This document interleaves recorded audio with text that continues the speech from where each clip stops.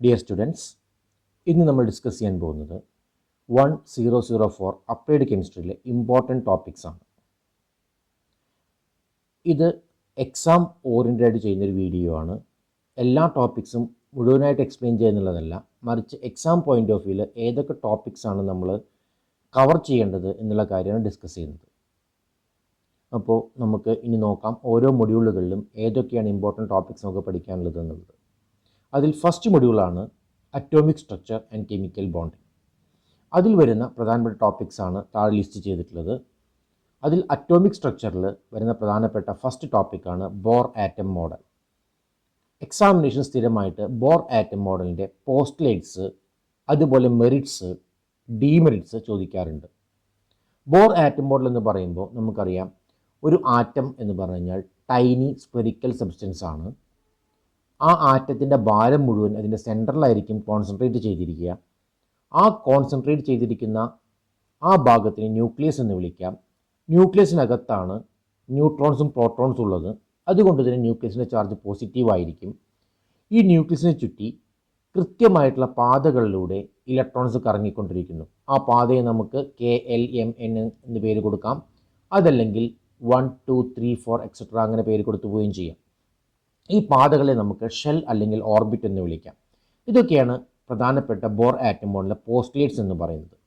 ഇനി ഇതിൻ്റെ മെറിറ്റ്സ് എന്ന് പറയുന്ന സമയത്ത് ബോർ ആറ്റം മോഡലിന് ഒരു ആറ്റത്തിന് സാറ്റിസ്ഫാക്ടറി ആയിട്ടുള്ള ഒരു സ്ട്രക്ചർ പ്രൊവൈഡ് ചെയ്യാൻ സാധിച്ചു എന്നുള്ളതാണ്.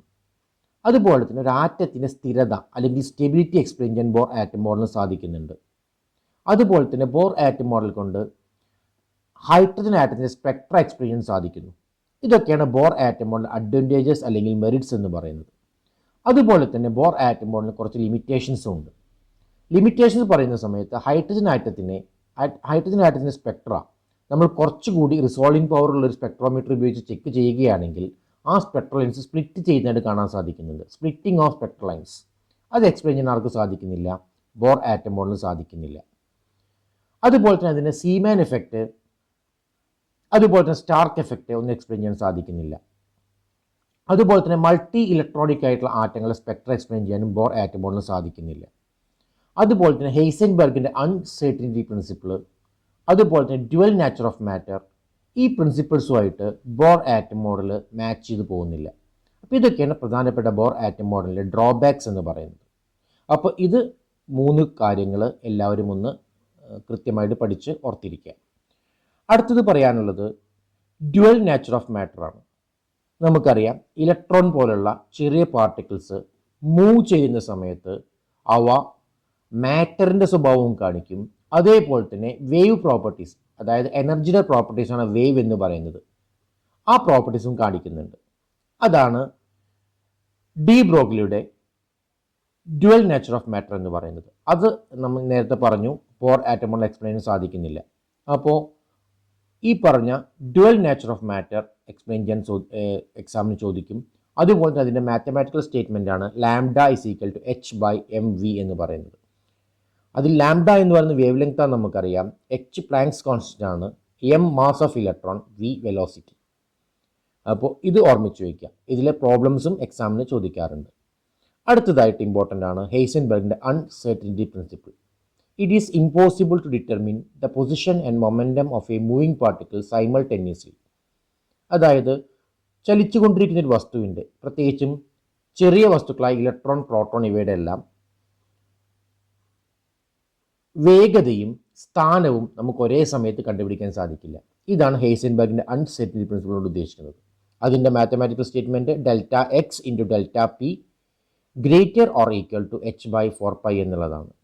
ഇതിൽ Δx എന്ന് പറയുന്നത് അൺസെർട്ടനിറ്റി ഇൻ പൊസിഷനാണ്, Δp എന്ന് പറയുന്നത് അൺസെർട്ടനിറ്റി ഇൻ മൊമെൻ്റമാണ്, h പ്ലാങ്ക്സ് കോൺസ്റ്റൻ്റ് ആണ്.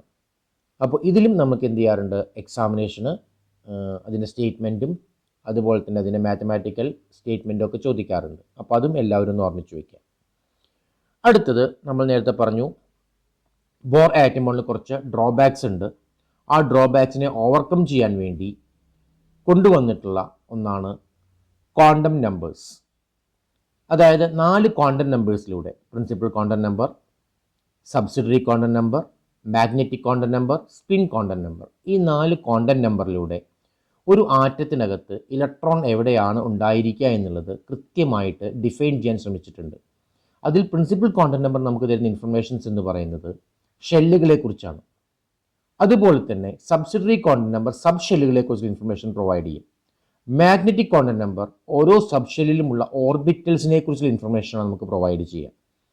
അതുപോലെ തന്നെ spin quantum number spin of electron, അതായത് ഇലക്ട്രോൺ സ്പിൻ ചെയ്യുന്നത് ക്ലോക്ക് വൈസ് ആണോ അല്ലെങ്കിൽ ആൻറ്റി ക്ലോക്ക് വൈസ് ആണോ എന്നുള്ള കാര്യങ്ങൾ ഇൻഫർമേഷൻ നമുക്ക് പ്രൊവൈഡ് ചെയ്യും.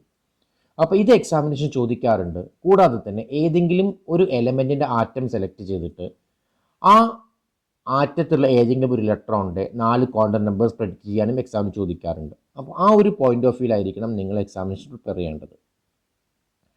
അടുത്തത് ഓർബിറ്റ് അല്ലെങ്കിൽ ഓർബിറ്റൽ എന്നുള്ള കൺസെപ്റ്റ്.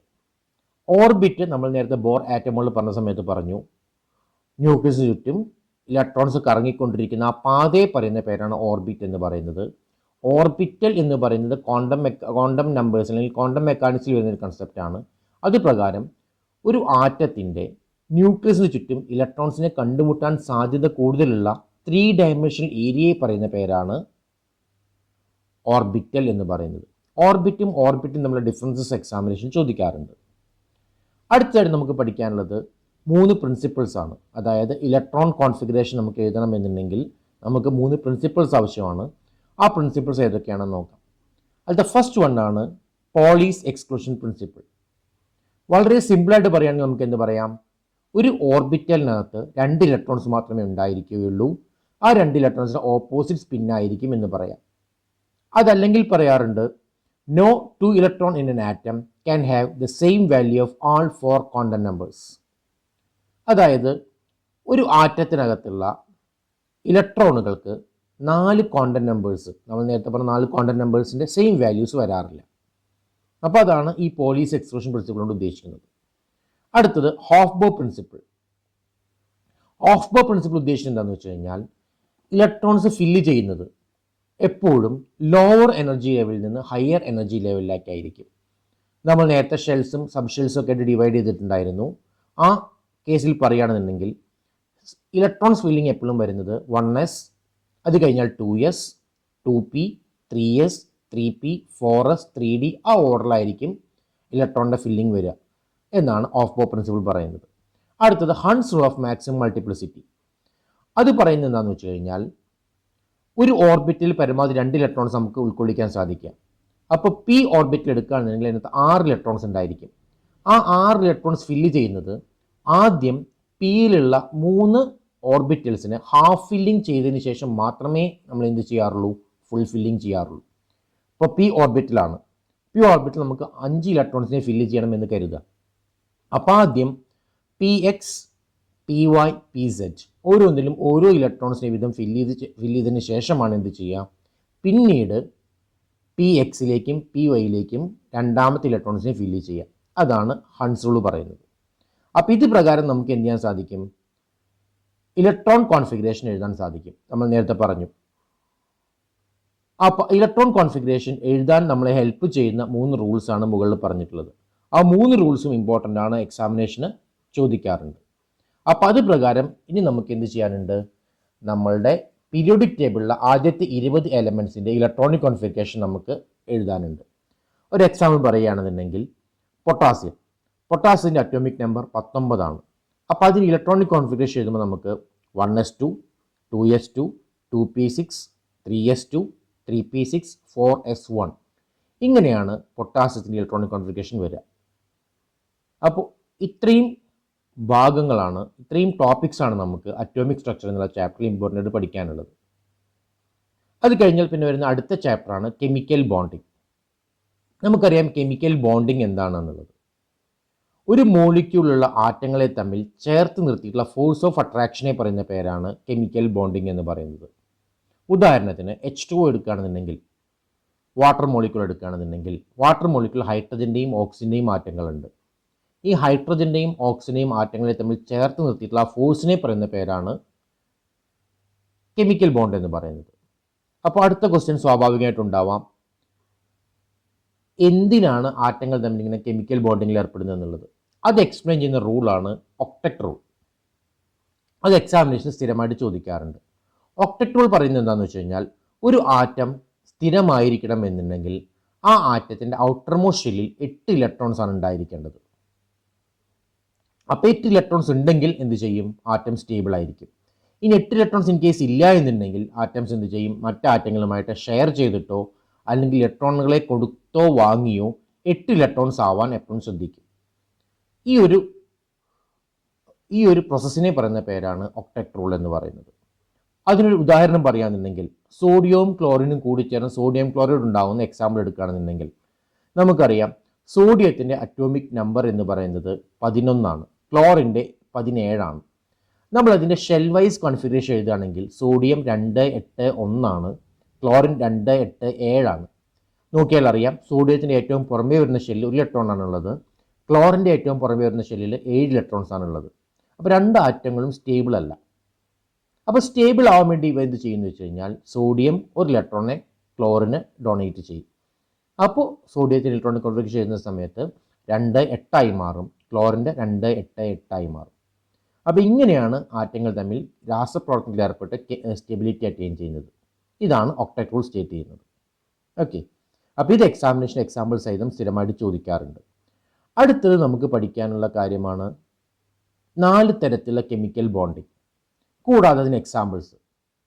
അതിലത്തെ ഫസ്റ്റ് വൺ ആണ് ionic bond, second one covalent bond, third one coordinate bond, fourth one hydrogen bond. അപ്പോൾ ഓരോ ബോണ്ടുകളും എന്താണ് എന്ന് നമുക്ക് ബ്രീഫായിട്ടൊന്ന് എക്സ്പ്ലെയിൻ ചെയ്യാം.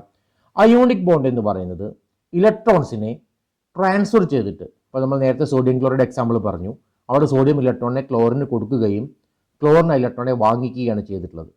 അങ്ങനെ കൊടുക്കുന്ന സമയത്ത് സോഡിയത്തിന് ഒരു പോസിറ്റീവ് ചാർജ് ഉണ്ടാവുകയും ക്ലോറിൻ വാങ്ങിക്കുകയാണ് ചെയ്തിട്ടുള്ളത്. അപ്പോൾ ക്ലോറിന് നെഗറ്റീവ് ചാർജ് ഉണ്ടാവുകയും ചെയ്യും. ആ സമയത്ത് സോഡിയത്തിൻ്റെ പോസിറ്റീവ് ചാർജും ക്ലോറിൻ്റെ നെഗറ്റീവ് ചാർജും നമ്മൾ എന്ത് ചെയ്യും? പരസ്പരം അട്രാക്റ്റ് ചെയ്ത് നിൽക്കും. അപ്പോൾ അതുകൊണ്ടാണ് ഇതിനെ അയോണിക് ബോണ്ട് എന്ന് പറയുന്നത്. അതായത് അയോൺസ് ഫോം ചെയ്യുന്നു, ഇലക്ട്രോൺസിനെ കൊടുക്കുകയും വാങ്ങുകയും ചെയ്യുന്ന സമയത്ത് അയോൺസ് ഉണ്ടാവുന്നുണ്ട്, പോസിറ്റീവ് നെഗറ്റീവ് അയോൺസ് ഉണ്ടാവുന്നു. ഈ അയോൺസ് നമ്മൾ അട്രാക്റ്റ് ചെയ്ത് നിൽക്കുന്നു എന്നുള്ളത് കൊണ്ടാണ് ഇതിനെ അയോണിക് ബോണ്ട് എന്ന് വിളിക്കുന്നത്. അപ്പോൾ നമുക്ക് പറയാം it is the bond formed by transfer of 1 or more valence electrons from one atom to another. അപ്പോൾ അതിന് എക്സാമ്പിളായിട്ട് നമുക്ക് നേരത്തെ പറഞ്ഞ സോഡിയം ക്ലോറൈഡ് തന്നെ പറയാം, അതുപോലെ ഹൈഡ്രജൻ ഫ്ലൂറൈഡ്, അതുപോലെ തന്നെ മഗ്നീഷ്യം ഓക്സൈഡ്, ഇവയെല്ലാം അയോണിക് ബോണ്ടിന് എക്സാമ്പിൾസ് ആണ്. അടുത്ത ടൈപ്പ് ബോണ്ടാണ് കോവാലന്റ് ബോണ്ട് എന്ന് പറയുന്നത്. അപ്പോൾ ചില കേസുകളിൽ നമുക്ക് ഇലക്ട്രോൺസിനെ ട്രാൻസ്ഫർ ചെയ്യാൻ സാധിക്കില്ല, കൊടുക്കാനും വാങ്ങാനും സാധിക്കില്ല. ആ കേസിൽ ആറ്റങ്ങൾ ഏർപ്പെടുന്ന ഒരു പ്രത്യേക സിറ്റുവേഷനാണ് ഇലക്ട്രോൺസിനെ ഷെയർ ചെയ്യുക എന്നുള്ളത്. അപ്പോൾ നമുക്ക് പറയാം chemical bond formed by the sharing of 1 or more pair of valence electrons between 2 atom. അതായത് ഈ കേസിൽ എന്ത് ചെയ്യും? ഒന്നോ അതിൽ കൂടുതൽ ഇലക്ട്രോൺസിനെ ആറ്റങ്ങൾ തമ്മിൽ പരസ്പരം ഷെയർ ചെയ്യും. ഉദാഹരണം ഹൈഡ്രജൻ ഫ്ലൂറൈഡ് മോളിക്യൂൾ ഉണ്ടാവുന്നത്, അതുപോലെ തന്നെ H2O മോളിക്യൂൾ ഉണ്ടാവുന്നത്, ക്ലോറിൻ മോളിക്യൂൾ ഉണ്ടാവുന്നത്, ഇതെല്ലാം കോവാലന്റ് ബോണ്ടിൻ്റെ എക്സാമ്പിളാണ്. കോവാലന്റ് ബോണ്ടിൻ്റെ കേസിൽ single covalent bond, double covalent bond, triple covalent bond possible ആണ്. അതായത് ആറ്റങ്ങൾ തമ്മിൽ ഒരു പെയർ ഓഫ് ഇലക്ട്രോൺസിനെ മാത്രമാണ് ഷെയർ ചെയ്തിട്ടുള്ളതെന്നുണ്ടെങ്കിൽ അത് സിംഗിൾ കോവാലന്റ് ബോണ്ടാണ് ഫോം ചെയ്യുക. 2 പെയർ ഓഫ് ഇലക്ട്രോൺസ് ആണെങ്കിൽ അത് ഡബിൾ കോവാലന്റ് ബോണ്ട് ആയിരിക്കും. 3 പെയർ ഓഫ് ഇലക്ട്രോൺസ് ആണെങ്കിൽ അത് ട്രിപ്പിൾ കോവാലന്റ് ബോണ്ട് ആയിരിക്കും.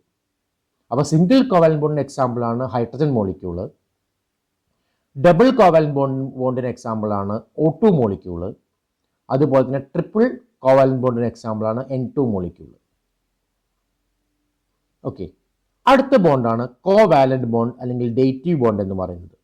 അതായത് ഇവിടെ ഇത് ഏകദേശം കോവാലന്റ് ബോണ്ടിനെ പോലെ തന്നെയാണ്, പക്ഷേ പ്രത്യേകത എന്താണെന്ന് വെച്ച് കഴിഞ്ഞാൽ ഏതെങ്കിലും ഒരു ആറ്റം മാത്രമായിരിക്കും ഇലക്ട്രോൺസിനെ ഷെയർ ചെയ്യുക. മറ്റേ ആറ്റം ഇലക്ട്രോൺസിനെ സ്വന്തം ഇലക്ട്രോൺസിനെ ഷെയർ ചെയ്യില്ല, പകരം ആ ഷെയറിങ് അക്സെപ്റ്റ് ചെയ്യുക മാത്രമാണ് ചെയ്യുക. അപ്പോൾ അത്തരം ബോണ്ടിങ്ങിനെ പറയുന്ന പേരാണ് കോഓർഡിനേറ്റ് ബോണ്ട് എന്ന് പറയുന്നത്. Chemical bond formed by the sharing of a pair of electrons contributed by 1 of the atom alone. അതായത് ബോണ്ടിങ്ങിൽ ഏർപ്പെടുന്ന ഏതെങ്കിലും ഒരു ആറ്റം മാത്രം ഇലക്ട്രോൺസിനെ കോൺട്രിബ്യൂട്ട് ചെയ്യുകയാണെങ്കിൽ അത്തരം ബോണ്ടിനെ പറയുന്ന പേരാണ് കോഓർഡിനേറ്റ് അല്ലെങ്കിൽ ഡേറ്റീവ് ബോണ്ട് എന്ന് വിളിക്കുന്നത്. അതിന് എക്സാമ്പിൾ നമുക്ക് അമോണിയം അയോൺ എക്സാമ്പിളായിട്ട് എടുക്കാം. NH3 മോളിക്യൂളിലേക്ക് നമ്മൾ ഒരു ഹൈഡ്രജൻ ആറ്റത്തിനെ കൂടെ ആഡ് ചെയ്യുകയാണെന്നുണ്ടെങ്കിൽ നൈട്രജനും ഹൈഡ്രജനും അവിടെ കൂടിച്ചേർന്ന് നിൽക്കുന്നത് കോവാലന്റ് ബോണ്ടിങ്ങിലൂടെയാണ്. നൈട്രജൻ 3 ഹൈഡ്രജൻ ആറ്റങ്ങളുമായിട്ട് കോവാലന്റ് ബോണ്ടിങ്ങിലൂടെ ഫോം ചെയ്തിട്ടുണ്ട്. ആ സമയത്ത് ഒരു ഹൈഡ്രജൻ ആറ്റം വീണ്ടും ആഡ് ചെയ്യുകയാണ്, 4ാമത്തെ ഹൈഡ്രജൻ ആറ്റത്തിനെ വീണ്ടും ആഡ് ചെയ്യുകയാണെന്നുണ്ടെങ്കിൽ നൈട്രജൻ്റെ ബോണ്ടിങ്ങിൽ ഏർപ്പെടാത്ത ഇലക്ട്രോൺസ് ഹൈഡ്രജനുമായിട്ട് ഷെയർ ചെയ്യപ്പെടും, പുതുതായിട്ടൊന്ന് ഹൈഡ്രജനുമായിട്ട് ഷെയർ ചെയ്യപ്പെടും. അത്തരത്തിലുണ്ടാകുന്ന ബോണ്ടിനെ നമുക്ക് എന്ത് പറയാം? കോ ഓർഡിനേറ്റ് ബോണ്ട് എന്ന് പറയാം. ഓക്കെ, ദെൻ ലാസ്റ്റ് ബോണ്ടാണ് ഹൈഡ്രജൻ ബോണ്ട് എന്ന് പറയുന്നത്. നമ്മൾ നേരത്തെ പറഞ്ഞ 3 ബോണ്ടുകളെ പോലെയല്ല ഹൈഡ്രജൻ ബോണ്ട്. ഹൈഡ്രജൻ ബോണ്ടിങ് എന്ന് പറയുന്നത് ഒരു രണ്ട് മോളിക്യൂളുകളെ തമ്മിൽ ചേർത്ത് നിർത്തുന്ന ബോണ്ടാണ്. നമ്മൾ നേരത്തെ പറഞ്ഞ 3 ബോണ്ടുകളും, അതായത് ionic bond, covalent bond, coordinate bond, ഇവയെല്ലാം ഒരു മോളിക്യൂളിനകത്ത് നിൽക്കുന്ന ബോണ്ടുകളാണെങ്കിൽ ഹൈഡ്രജൻ ബോണ്ട് 2 മോളിക്യൂൾസിനെ തമ്മിൽ ചേർത്ത് നിർത്തുന്ന ഒരു ബോണ്ടാണ്. അതായത് the attractive force between hydrogen atom of 1 molecule with electronegative element of another molecule is called hydrogen bond. അതായത് ഹൈഡ്രജൻ ബോണ്ട് എന്ന് പറയുന്നത് ഇലക്ട്രോ നെഗറ്റീവ് ആയിട്ടുള്ള, അതായത് കൂടുതൽ ഇലക്ട്രോ നെഗറ്റീവ് ആയിട്ടുള്ള ഒരു ആറ്റവും അടുത്ത മോളിക്യൂളിലുള്ള ഒരു ഹൈഡ്രജൻ ആറ്റവും നമ്മളൊരു വീക്ക് അട്രാക്റ്റീവ് ഫോഴ്സിനെ പറയുന്ന പേരാണ് ഹൈഡ്രജൻ ബോണ്ട് എന്ന് പറയുന്നത്. ഉദാഹരണത്തിന് H2O മോളിക്യൂൾ എടുക്കുകയാണ്. H2O മോളിക്യൂൾ, 2 H2O മോളിക്യൂൾ നമ്മൾ അടുത്തടുത്ത് വരികയാണെന്നുണ്ടെങ്കിൽ ഓക്സിജൻ മോർ ഇലക്ട്രോ നെഗറ്റീവ് ആണ്. മോർ ഇലക്ട്രോ നെഗറ്റീവ് ഓക്സിജന് ഒരു പാർഷ്യൽ നെഗറ്റീവ് ചാർജ് ഉണ്ടായിരിക്കും. അതുപോലെ തന്നെ അടുത്ത മോളിക്യൂളിലുള്ള ഹൈഡ്രജന് ഒരു പാർഷ്യൽ പോസിറ്റീവ് ചാർജ് ഉണ്ടായിരിക്കും. ഈ ഓക്സിജന്റെ പാർഷ്യൽ നെഗറ്റീവ് ചാർജും ഹൈഡ്രജന്റെ പാർഷ്യൽ പോസിറ്റീവ് ചാർജും തമ്മിലുള്ള വീക്ക് അട്രാക്റ്റീവ് ഫോഴ്സിനെ പറയുന്ന പേരാണ് ഹൈഡ്രജൻ ബോണ്ട് എന്ന് പറയുന്നത്. ഹൈഡ്രജൻ ബോണ്ട് കാണിക്കുന്ന മോളിക്യൂൾസ് ആണ് ഹൈഡ്രജൻ ഫ്ലൂറൈഡ്, H2O, ഇവയെല്ലാം. അപ്പോൾ ആ ഒരു ചാപ്റ്റർ ലാസ്റ്റ് ടോപ്പിക്കും ഇതിനെ റിലേറ്റ് ചെയ്താണ് നമുക്ക് പറയാനുള്ളത്. അതായത് anomalous behaviour of water. Water എന്ത് ചെയ്യാറുണ്ട്? ചില പ്രത്യേകതരം സ്വഭാവങ്ങൾ കാണിക്കാറുണ്ട്. അതിന് കാരണം ഈ ഹൈഡ്രജൻ ബോണ്ടാണ്. ഹൈഡ്രജൻ ബോണ്ട് ഉള്ളത് കൊണ്ട് എന്ത് ചെയ്യുന്നു? വാട്ടറിൻ്റെ സ്വഭാവത്തിൽ ചില പ്രത്യേകതകളുണ്ട്. അവയാണ് റൂം ടെമ്പറേച്ചറിൽ വാട്ടർ എന്ത് ചെയ്യാറുണ്ട്? ലിക്വിഡ് സ്റ്റേറ്റിലാണ് എക്സിസ്റ്റ് ചെയ്യുന്നത്, ദ്രാവകാവസ്ഥയിലായിരിക്കും. അതുപോലെ വാട്ടറിൻ്റെ വിസ്കോസിറ്റി, അതുപോലെ സർഫസ് ടെൻഷൻ, ഈ പ്രോപ്പർട്ടീസിനെല്ലാം കാരണം ഈ ഒരു ഹൈഡ്രജൻ ബോണ്ടിങ് ഉള്ളത് കൊണ്ടാണ്. അതുപോലെ തന്നെ നോർമൽ ആയിട്ടുള്ള വസ്തുക്കളിൽ നിന്ന് വ്യത്യസ്തമായിട്ട് വാട്ടറിനെ നമ്മൾ തണുപ്പിക്കുകയാണെങ്കിൽ അത് എക്സ്പാൻഡ് ചെയ്യാനുള്ള സാധ്യതയുണ്ട്. സാധാരണ വസ്തുക്കളൊക്കെ കോൺട്രാക്ട് ചെയ്യാണ് ചെയ്യുക, പക്ഷേ വാട്ടർ മാത്രം എന്ത് ചെയ്യും? നമ്മൾ തണുപ്പിച്ചാൽ എക്സ്പാൻഡ് ചെയ്യും. അതുപോലെ തന്നെ വാട്ടറിൻ്റെ ഫ്രീസിങ് പോയിന്റ് 0 ഡിഗ്രിയാണ് എന്നുള്ള കാര്യം നമുക്കറിയാം. ഇപ്പോൾ ഇതിൻ്റെയൊക്കെ ഒരു റീസൺ എന്ന് പറയുന്നത് നമ്മുടെ ഹൈഡ്രജൻ ബോണ്ടിങ് ആണ്. ഇതൊക്കെയാണ് അനോമലസ് ആയിട്ടുള്ള ബിഹേവിയേഴ്സ്. അപ്പോൾ ഇത്രയും ടോപ്പിക്സ് ആണ് നമുക്ക് എന്ത് മൊഡ്യൂൾ 1 പഠിക്കാനുള്ളത്. അറ്റോമിക് സ്ട്രക്ചർ, അതുപോലെ തന്നെ കെമിക്കൽ ബോണ്ടിങ് എന്നുള്ള ചാപ്റ്ററിൽ ഇത്രയും ടോപ്പിക്സ് നമുക്ക് അറിയാമെന്നുണ്ടെങ്കിൽ എക്സാമിന് അത്യാവശ്യം നല്ല രീതിയിൽ നമുക്ക് സ്കോർ ചെയ്യാൻ സാധിക്കും. അതുപോലെ തന്നെ നമ്മൾ ശ്രദ്ധിക്കേണ്ട അടുത്തൊരു കാര്യമാണ് അൺസേർട്ടനിറ്റി പ്രിൻസിപ്പിളും അതുപോലെ തന്നെ ഡ്യുവൽ നേച്ചർ ഓഫ് മാറ്ററും. അതിൻ്റെ സ്റ്റേറ്റ്മെൻറ്റ്സ് പഠിക്കുക. അതിൻ്റെ കൂടെ തന്നെ എക്സാമിന് അതിൽ പ്രോബ്ലംസും ചോദിക്കാറുണ്ട്.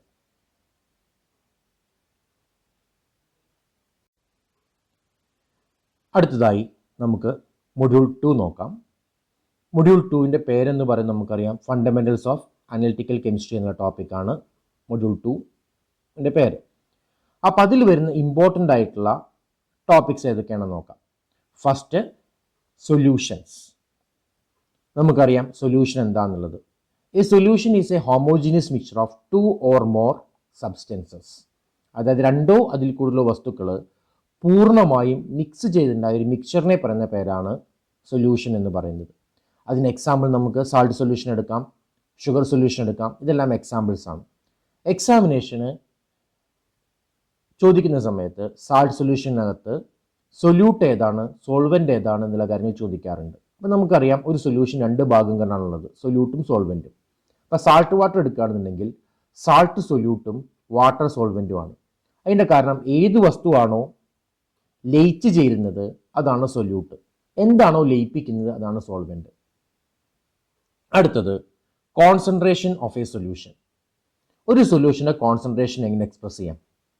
സൊല്യൂഷൻ്റെ കോൺസെൻട്രേഷൻ നമ്മൾ സാധാരണ എക്സ്പ്രസ് ചെയ്യുന്നത് ഒരു സൊല്യൂഷനിൽ അടങ്ങിയിട്ടുള്ള സൊല്യൂട്ടിൻ്റെ ക്വാണ്ടിറ്റി പറഞ്ഞിട്ടാണ്. അത് നമുക്ക് 2 രീതിയിൽ പറയാൻ പറ്റും, നോർമാലിറ്റി, മൊളാരിറ്റി. നോർമാലിറ്റി എന്ന് പറയുന്ന സമയത്ത് ഒരു ലിറ്റർ സൊല്യൂഷനിൽ ഡിസോൾവ് ചെയ്തിട്ടുള്ള number of equivalent mass of the solute നോക്കിയിട്ടാണ് നമ്മൾ എന്ത് പറയാറുള്ളത്, നോർമാലിറ്റി പറയാറുള്ളത്. Normality is a number of equivalent mass of solute dissolve in 1 litre of solution. അതാണ് നോർമാലിറ്റി. അത് കാണുന്ന ഇക്വേഷൻ നമ്മൾ പഠിച്ചിട്ടുണ്ട്. Normality equal to W into 1000 by E into V. അതിൽ W എന്ന് പറഞ്ഞാൽ വെയിറ്റ് ആണ്, E എന്ന് പറഞ്ഞാൽ ഇക്വാലന്റ് മാസ് ആണ്, V വോള്യമാണ്. അടുത്തത് മൊളാരിറ്റി. മൊളാരിറ്റി എന്ന് പറഞ്ഞാൽ നമ്പർ ഓഫ് മോളിക്കുലാർ മാസ് ആണ്. എത്ര മോളിക്കുലാർ മാസ് സൊല്യൂട്ട് ഒരു ലിറ്റർ സൊല്യൂഷൻ ഡിസോൾവ് ചെയ്തിട്ടുണ്ടെന്ന് നോക്കിയിട്ടാണ് നമ്മൾ മൊളാരിറ്റി പറയാറുള്ളത്. Molarity is the number of molecular mass of the solute dissolve in 1 litre of the solution. Molarity equation നമ്മൾ നേരത്തെ പറഞ്ഞ പോലെ തന്നെയാണ്. Molarity M equal to W into 1000 divided by M into V. W weight തന്നെയാണ്, M എന്ന് പറഞ്ഞാൽ molecular mass ആണ്, V എന്ന് പറഞ്ഞാൽ വോള്യമാണ്. അപ്പോൾ ഈ രണ്ട് രീതിയിലാണ് നമുക്ക് എന്ത് ചെയ്യാൻ സാധിക്കുന്നത്, ഒരു സൊല്യൂഷൻ്റെ കോൺസെൻട്രേഷൻ എക്സ്പ്രസ് ചെയ്യാൻ സാധിക്കുക. അടുത്തത് ഇതിൽ തന്നെ പഠിക്കാൻ അടുത്തൊരു ടോപ്പിക്കാണ് pH ആൻഡ് pOH. നമ്മളെപ്പോഴും പറയാറുണ്ട് ഒരു സൊല്യൂഷൻ ആസിഡിക് ആണോ ബേസിക് ആണോ എന്നുള്ളതെല്ലാം ചോദിക്കാറുണ്ട്. ആസിഡ് ആണോ ബേസ് ആണോ എന്നുള്ളതെല്ലാം. pH എന്ന് പറഞ്ഞാൽ ഉദ്ദേശിക്കുന്നത് ഒരു സൊല്യൂഷനിലുള്ള H+ അയോൺസിൻ്റെ കോൺസെൻട്രേഷൻ മെഷർ ചെയ്യുന്ന മെത്തേഡിനെ പറയുന്ന പേരാണ് pH എന്ന് പറയുന്നത്. pH equal to minus log concentration of H+ ions ആണ്. pOH എന്ന് പറയുന്നത് concentration of OH minus ions ആണ്. അതായത് pOH equal to minus log concentration of OH minus. അതാണ് pHും pOHും. ഇത് രണ്ടിൻ്റെയും സ്റ്റേറ്റ്മെൻറ്റ്സ് എക്സാമിനേഷൻ ചോദിക്കാറുണ്ട്. എന്താണ് pH, എന്താണ് pOH എന്ന് ചോദിക്കാറുണ്ട്. അതുപോലെ തന്നെ ionic product of water. Ionic product of water എന്ന് പറഞ്ഞാൽ വാട്ടറിൽ 2 അയോൺസ് ആണുള്ളത്, H+ഉം OH മൈനസും. ഈ H+ൻ്റെയും OH മൈനസിൻ്റെയും കോൺസെൻട്രേഷനെ മൾട്ടിപ്ലൈ ചെയ്താൽ കിട്ടുന്ന പ്രൊഡക്റ്റ് ഉത്തരമാണ് എന്തെന്ന് പറയുന്നത് അയോണിക് പ്രൊഡക്റ്റ് എന്ന് പറയുന്നത്. നമ്മൾ ഒരു 25 ഡിഗ്രി സെൽഷ്യസിൽ വാട്ടറിലുള്ള H+ൻ്റെ കോൺസെൻട്രേഷനും OH മൈനസ് അയോൺസിൻ്റെ കോൺസെൻട്രേഷൻ നോക്കുകയാണെങ്കിൽ രണ്ടും 10⁻⁻⁷ മോൾസ് പെർ ലിറ്റർ ആണ്. അപ്പോൾ അയോണിക് പ്രൊഡക്റ്റ് KW എന്ന് പറയുന്ന സമയത്ത് concentration of H+ into concentration of OH minus ആണ്. ഈക്വൽ ടു നമുക്ക് എന്ത് പറയാം, 10⁻⁷ into 10⁻⁷ equal to 10⁻⁴ mole square per litre square. അതാണ് അയോണിക് പ്രൊഡക്റ്റ് ഓഫ് വാട്ടർ എന്നതുകൊണ്ട് ഉദ്ദേശിക്കുന്നത്. അതുപോലെ തന്നെ അടുത്തത് pHും pOHും തമ്മിലുള്ള റിലേഷൻഷിപ്പ് എന്താണെന്നുള്ളത് നമുക്കറിയാം. pH plus pOH equal to 14 ആണ്. അതായത് pH വാല്യൂയും pOH വാല്യൂയും കൂടി കൂട്ടിക്കഴിഞ്ഞാൽ എപ്പോഴും കിട്ടുക 14 എന്നുള്ള വാല്യൂ ആണ്.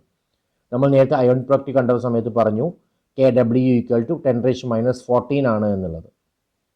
അപ്പോൾ അതിൽ നിന്നാണ് നമ്മൾ ആ ഒരു ഡെറിവേഷനിൽ നിന്നാണ് നമ്മൾ relationship of pH and pH calculate ചെയ്യുന്നത്.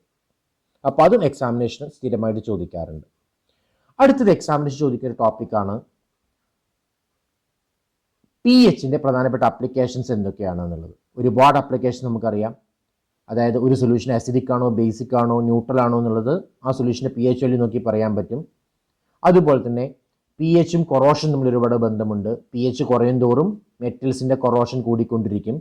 അതുപോലെ തന്നെ ഹ്യൂമൻ ബ്ലഡിൻ്റെ pH വാല്യൂ എന്ന് പറയുന്നത് 7.36 to 7.42 ആണ്. അതിൽ നിന്നൊരു 0.2 യൂണിറ്റ് ചേഞ്ച് ചെയ്യുകയാണെങ്കിൽ അത് ആൾ മരിക്കാൻ വരെ സാധ്യതയുണ്ട്. അതുപോലെ തന്നെ calculation of hydrogen ion concentration നമ്മുടെ ഡൈജഷന് വേണ്ടിയിട്ട്, നമ്മുടെ ഭക്ഷണം നമ്മൾ കഴിക്കുന്ന ഭക്ഷണം കൃത്യമായി ഡൈജസ്റ്റ് ചെയ്യണമെന്നുണ്ടെങ്കിൽ pH ഇമ്പോർട്ടൻ്റ് ആണ്.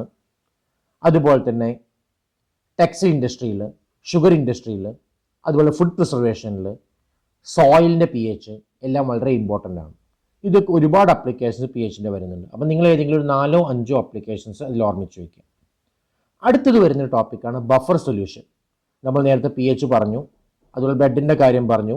നമുക്ക് ഇൻ കേസ് ബഫർ സൊല്യൂഷൻ നമ്മൾ നേരത്തെ പറഞ്ഞു ബ്ലഡിൻ്റെ pH വാല്യൂ 7.36 to 7.42 ആണ്. ഒരു ചെറിയ യൂണിറ്റ് ചേഞ്ച് വന്നു കഴിഞ്ഞാൽ നമുക്കത് ബുദ്ധിമുട്ടുണ്ടാക്കും നമ്മൾ പറഞ്ഞിട്ടുണ്ടായിരുന്നു. ആൾ മരിച്ചു പോകുന്നുള്ള കാര്യങ്ങൾ പറഞ്ഞിട്ടുണ്ടായിരുന്നു. അപ്പോൾ ബഫർ സൊല്യൂഷൻ എന്ന് പറഞ്ഞു കഴിഞ്ഞാൽ അതിലേക്ക് കുറച്ച് ആസിഡോ കുറച്ച് ബേസോ ഒഴിച്ചു കഴിഞ്ഞാലും pH വാല്യൂ ചേഞ്ച് ചെയ്യാത്ത സൊല്യൂഷനെ പറയുന്ന പേരാണ് ബഫർ സൊല്യൂഷൻ എന്ന് പറയുന്നത്. അപ്പോൾ solutions which can resist the change in pH when small amount of acid or base added to it. രണ്ട് തരം ബഫറാണുള്ളത്, അസിഡിക് ബഫറും ബേസിക് ബഫറും. അസിഡിക് ബഫർ എന്ന് പറഞ്ഞു കഴിഞ്ഞാൽ it is obtained by mixing a weak acid and it salt with a strong base. ഉദാഹരണം പറയുകയാണെന്നുണ്ടെങ്കിൽ അസിറ്റിക് ആസിഡും സോഡിയം അസിറ്റേറ്റും മിക്സ് ചെയ്യുകയാണെന്നുണ്ടെങ്കിൽ അതൊരു അസിഡിക് ബഫർ ആയിരിക്കും. അതുപോലെ ബേസിക് ബഫർ എന്ന് പറയുന്നത് it is obtained by mixing a weak base and it salt with a strong acid. അതിന് എക്സാമ്പിളാണ് അമോണിയം ഹൈഡ്രോക്സൈഡും അമോണിയം ക്ലോറൈഡും. അപ്പോൾ ഈ ബഫർ സൊല്യൂഷൻ എന്നുള്ള ടോപ്പിക്ക് എക്സാമിനേഷൻ ഇമ്പോർട്ടൻ്റ് ആണ്, സ്ഥിരമായിട്ട് ചോദിക്കാറുണ്ട്. അടുത്തത് വോളിമെട്രിക് അനാലിസിസ്. വോളിമെട്രിക് അനാലിസിസ് എന്ന് പറഞ്ഞു കഴിഞ്ഞാൽ ഒരു ക്വാണ്ടിറ്റേറ്റീവ് അനാലിസിസ് ആണ്. നമുക്കറിയാം നമ്മുടെ കയ്യിൽ രണ്ട് സൊല്യൂഷൻസ് ഉണ്ട്. അതിൽ ഒരു സൊല്യൂഷൻ്റെ കോൺസെൻട്രേഷൻ നമുക്കറിയാം, അടുത്ത സൊല്യൂഷൻ്റെ കോൺസെൻട്രേഷൻ അറിയില്ല എന്നുണ്ടെങ്കിൽ അത് നമുക്ക് കണ്ടുപിടിക്കാൻ സാധിക്കും. അതായത് it is a method to find out the concentration of an unknown solution using a known solution. അതായത് ഒരു അൺനോൺ സൊല്യൂഷൻ്റെ കോൺസെൻട്രേഷൻ, അറിയാത്ത സൊല്യൂഷൻ്റെ കോൺസെൻട്രേഷൻ അറിയുന്ന സൊല്യൂഷൻ വെച്ച് കണ്ടുപിടിക്കുന്ന മെത്തേഡിനെ പറയുന്ന പേരാണ് വോളിമെട്രിക് അനാലിസിസ് എന്ന് പറയുന്നത്.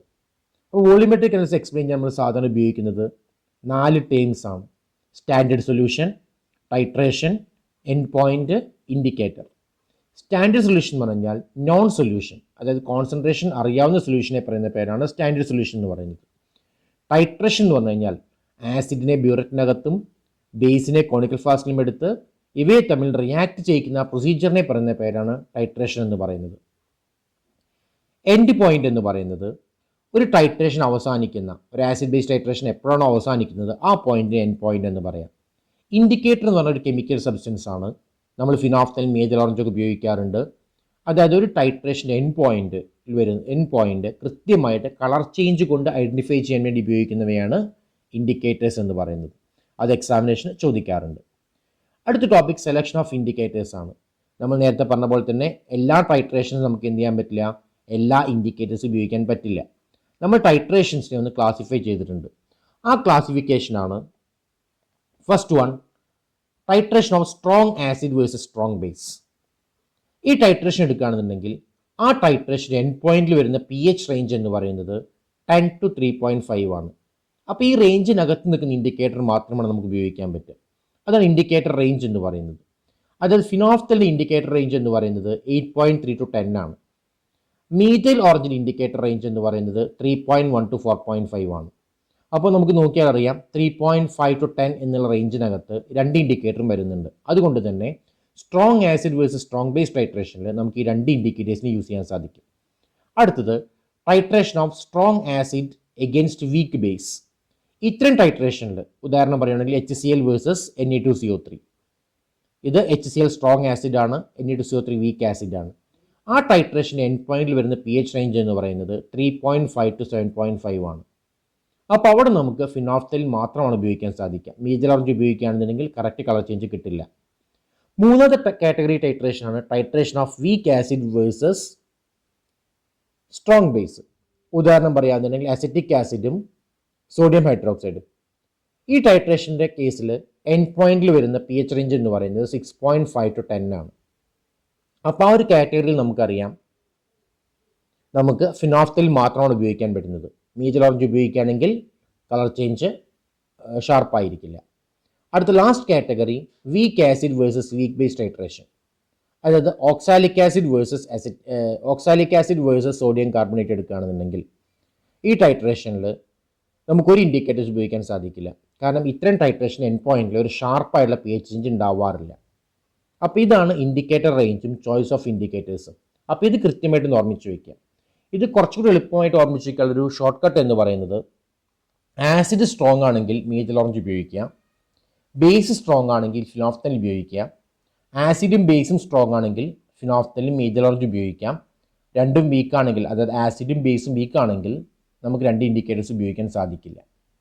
അപ്പോൾ അതാണ് ഓർമ്മിച്ച് വയ്ക്കേണ്ടത്. അതുപോലെ തന്നെ ഈ വോളിമെട്രിക് അനാലിസിസിൻ്റെ പ്രിൻസിപ്പിൾ എന്ന് പറയുന്ന ഒരു ഇക്വേഷനാണ്, അതാണ് നോർമാലിറ്റി ഇക്വേഷൻ. അടുത്തായി നമുക്ക് മൊഡ്യൂൾ 3 വരുന്ന ഇമ്പോർട്ടൻറ്റ് ടോപ്പിക്സ് ഏതൊക്കെയാണ് എന്ന് നോക്കാം. മൊഡ്യൂൾ 3 വരുന്ന പ്രധാനപ്പെട്ട ടോപ്പിക്സ് എന്ന് പറയുന്നത് alloys, refractories, glass, polymers, nano chemistry. ഇത്രയും ടോപ്പിക്സ് ആണ്. അപ്പോൾ ഇവയിൽ ഇമ്പോർട്ടൻ്റ് ആയിട്ട് വരുന്ന ടോപ്പിക്സ് എന്ന് പറയുന്നത് ഫസ്റ്റ് അലോയ്സ്. അലോയ്സ് എന്താ നമുക്കറിയാം, ലോഹസങ്കരം. രണ്ടോ അതിൽ കൂടുതൽ ലോഹങ്ങളെ നമ്മൾ മിക്സ് ചെയ്ത് യൂസ് ചെയ്യാറുണ്ട്. കാരണം ലോഹങ്ങളെ സംബന്ധിച്ചുള്ള ഒരുപാട് ഡ്രോബാക്സ് ഉണ്ട്, കൊറോഷൻ ഒക്കെ ഉണ്ടാവും നമുക്കറിയാം. പക്ഷേ അലോയ്സ് ആണെങ്കിൽ കൊറോഷനൊക്കെ റെസിസ്റ്റ് ചെയ്യാറുണ്ട്. അപ്പോൾ അലോയ് എന്ന് പറഞ്ഞാൽ and alloy is A homogeneous mixture of 2 or more elements in which one should be A metal. അതായത് രണ്ടോ അതിൽ കൂടുതലോ എലമെൻസിനെ, മൂലകങ്ങളുടെ ഒരു കോമ്പിനേഷനാണ് അലോയ്സ് എന്ന് പറയുന്നത്. പക്ഷേ ഒരു കണ്ടീഷൻ എന്താണെന്ന് വെച്ച് കഴിഞ്ഞാൽ അതിൽ ഏതെങ്കിലും ഒരെണ്ണം ലോഹമായിരിക്കുക എന്നുള്ളതാണ്. അതിന് എക്സാമ്പിൾസാണ് ബ്രാസ്, ബ്രോൺസ് എല്ലാം. അപ്പോൾ അത് എക്സാമിനേഷൻ 2 മാർക്കിനൊക്കെ സ്ഥിരമായിട്ട് ചോദിക്കാറുണ്ട്.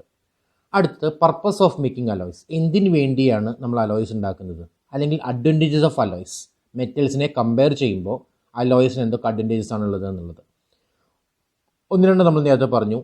To increase corrosion resistant. Metals പെട്ടെന്ന് കൊറോഡ് ചെയ്യും, പക്ഷേ അലോയ്സ് കൊറോഡ് ചെയ്യാറില്ല. To modify hardness. മെറ്റൽസിൻ്റെ കാഠിന്യം നോക്കുകയാണെങ്കിൽ അലോയ്സിനേക്കാൾ കുറവാണ്, അലോയ്സ് കാഠിന്യം കൂടുതലായിരിക്കും. To improve chemical activity of metal. അതായത് മെറ്റൽ സാധാരണ ആസിഡുമായിട്ട് ബേസുമായിട്ടൊക്കെ റിയാക്ട് ചെയ്യാറുണ്ട്, പക്ഷേ അലോയ്സ് സാധാരണ എന്ത് ചെയ്യാറില്ല, ആസിഡുമായിട്ടും ബേസുമായിട്ടും ഓക്സിജനായിട്ടൊന്നും റിയാക്ട് ചെയ്യാറില്ല. കെമിക്കൽ ആക്ടിവിറ്റി കൂട്ടാൻ സാധിക്കും. To modify colour.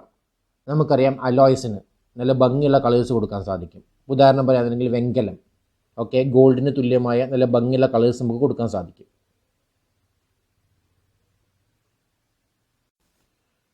അടുത്തത് to lower melting point. Melting point കുറയ്ക്കാൻ സാധിക്കും. ഇപ്പോൾ സോൾഡർ ടിന്നിൻ്റെയും ലെഡിൻ്റെയും കോമ്പിനേഷനാണ്. ടിന്നിനേക്കാളും ലെഡിനേക്കാളും മെൽറ്റിംഗ് പോയിൻറ്റ് കുറവാണ് സോൾഡറിന്. അപ്പോൾ സോൾഡറിങ് പർപ്പസിനാണ് അത് ഉപയോഗിക്കുക. അപ്പോൾ അതിന് നമുക്ക് എന്ത് മെൽറ്റിംഗ് പോയിൻറ്റ് കുറയ്ക്കണം. അപ്പോൾ അതിനുവേണ്ടി നമുക്കത് ചെയ്യാൻ സാധിക്കും. അടുത്ത ടു ഇൻക്രീസ് ടെൻസൈൽ സ്ട്രെങ്ത്. വലിച്ചു നീട്ടാനുള്ള ഫോഴ്സ് കൂടുതലാക്കാൻ സാധിക്കും.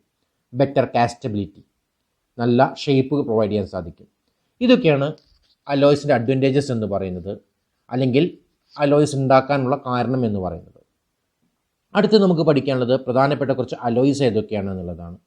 3 എണ്ണമാണ് പഠിക്കാനുള്ളത്: ബ്രാസ്, ബ്രോൺസ്, സോൾഡർ. ബ്രാസ് എന്ന് പറയുന്നത് കോപ്പറിൻ്റെയും സിങ്കിൻ്റെയും ഒരു അലോയിയാണ്. ഉപയോഗം എന്ന് പറയുന്നത് യൂട്ടൻസിൽസ്, പാത്രങ്ങൾ ഉണ്ടാക്കാൻ ഉപയോഗിക്കാറുണ്ട്, വയറുകൾ ഉണ്ടാക്കാൻ ഉപയോഗിക്കാറുണ്ട്, മെഷീൻ പാർട്സ് ഉണ്ടാക്കാനൊക്കെ ഉപയോഗിക്കാറുണ്ട്. അടുത്ത ബ്രോൺസ്, വെങ്കലം. അതിൻ്റെ ഉപയോഗം അത് കോമ്പിനേഷൻ എന്ന് പറയുന്നത് കോപ്പറും അതുപോലെ തന്നെ ടിന്നുമാണ്. വെങ്കലത്തിന് ഉപയോഗം നമുക്കറിയാം, കോയിൻസ് ഉണ്ടാക്കാൻ, നാണയം ഉണ്ടാക്കാൻ ഉപയോഗിക്കാറുണ്ട്, അതുപോലെ സ്റ്റാറ്റ്യൂസ് ഉണ്ടാക്കാൻ ഉപയോഗിക്കാറുണ്ട്. അടുത്ത സോൾഡർ, സോൾഡറിങ് പർപ്പസിന് ഉപയോഗിക്കുന്നത്.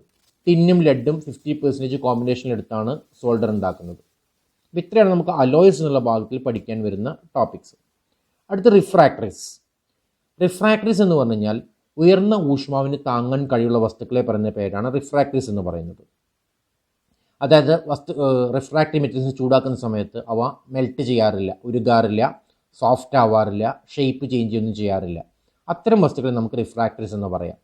ഇവയെ നമ്മൾ സാധാരണ ഉപയോഗിക്കുന്നത് ഫർണസിൻ്റെ ഉൾഭാഗം കവർ ചെയ്യാനും ക്രൂസിബിളിൻ്റെ ഉൾഭാഗം കവർ ചെയ്യാനും ഒക്കെയാണ്. അതായത് ഉയർന്ന ഊഷ്മാവ് നമ്മൾ അപ്ലൈ ചെയ്യുന്ന ചില ഫർണസുകളുണ്ട്.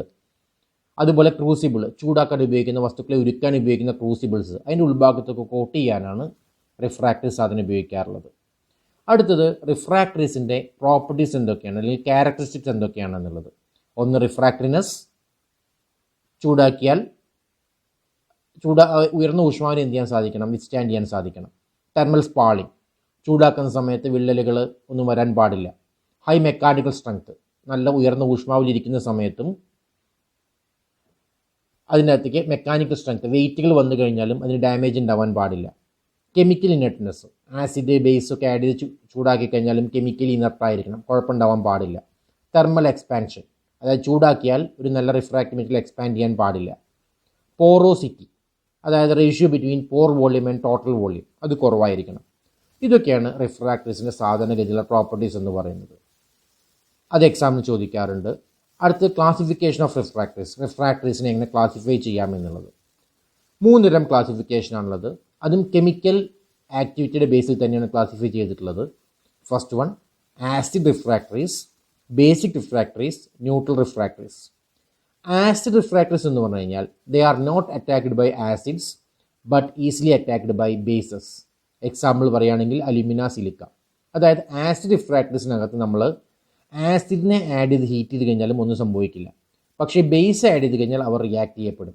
അത്തരം റിഫ്രാക്ടറീസിനെ അസിഡിക് റിഫ്രാക്ടറീസ് എന്ന് പറയാം. അടുത്തത് ബേസിക് റിഫ്രാക്ടറീസ്. അവ സാധാരണ എന്ത് ചെയ്യാറില്ല, ബേസുമായിട്ട് റിയാക്ട് ചെയ്യാറില്ല, പക്ഷേ ആസിഡുമായിട്ട് എന്തെങ്കിലും പെട്ടെന്ന് റിയാക്ട് ചെയ്യും.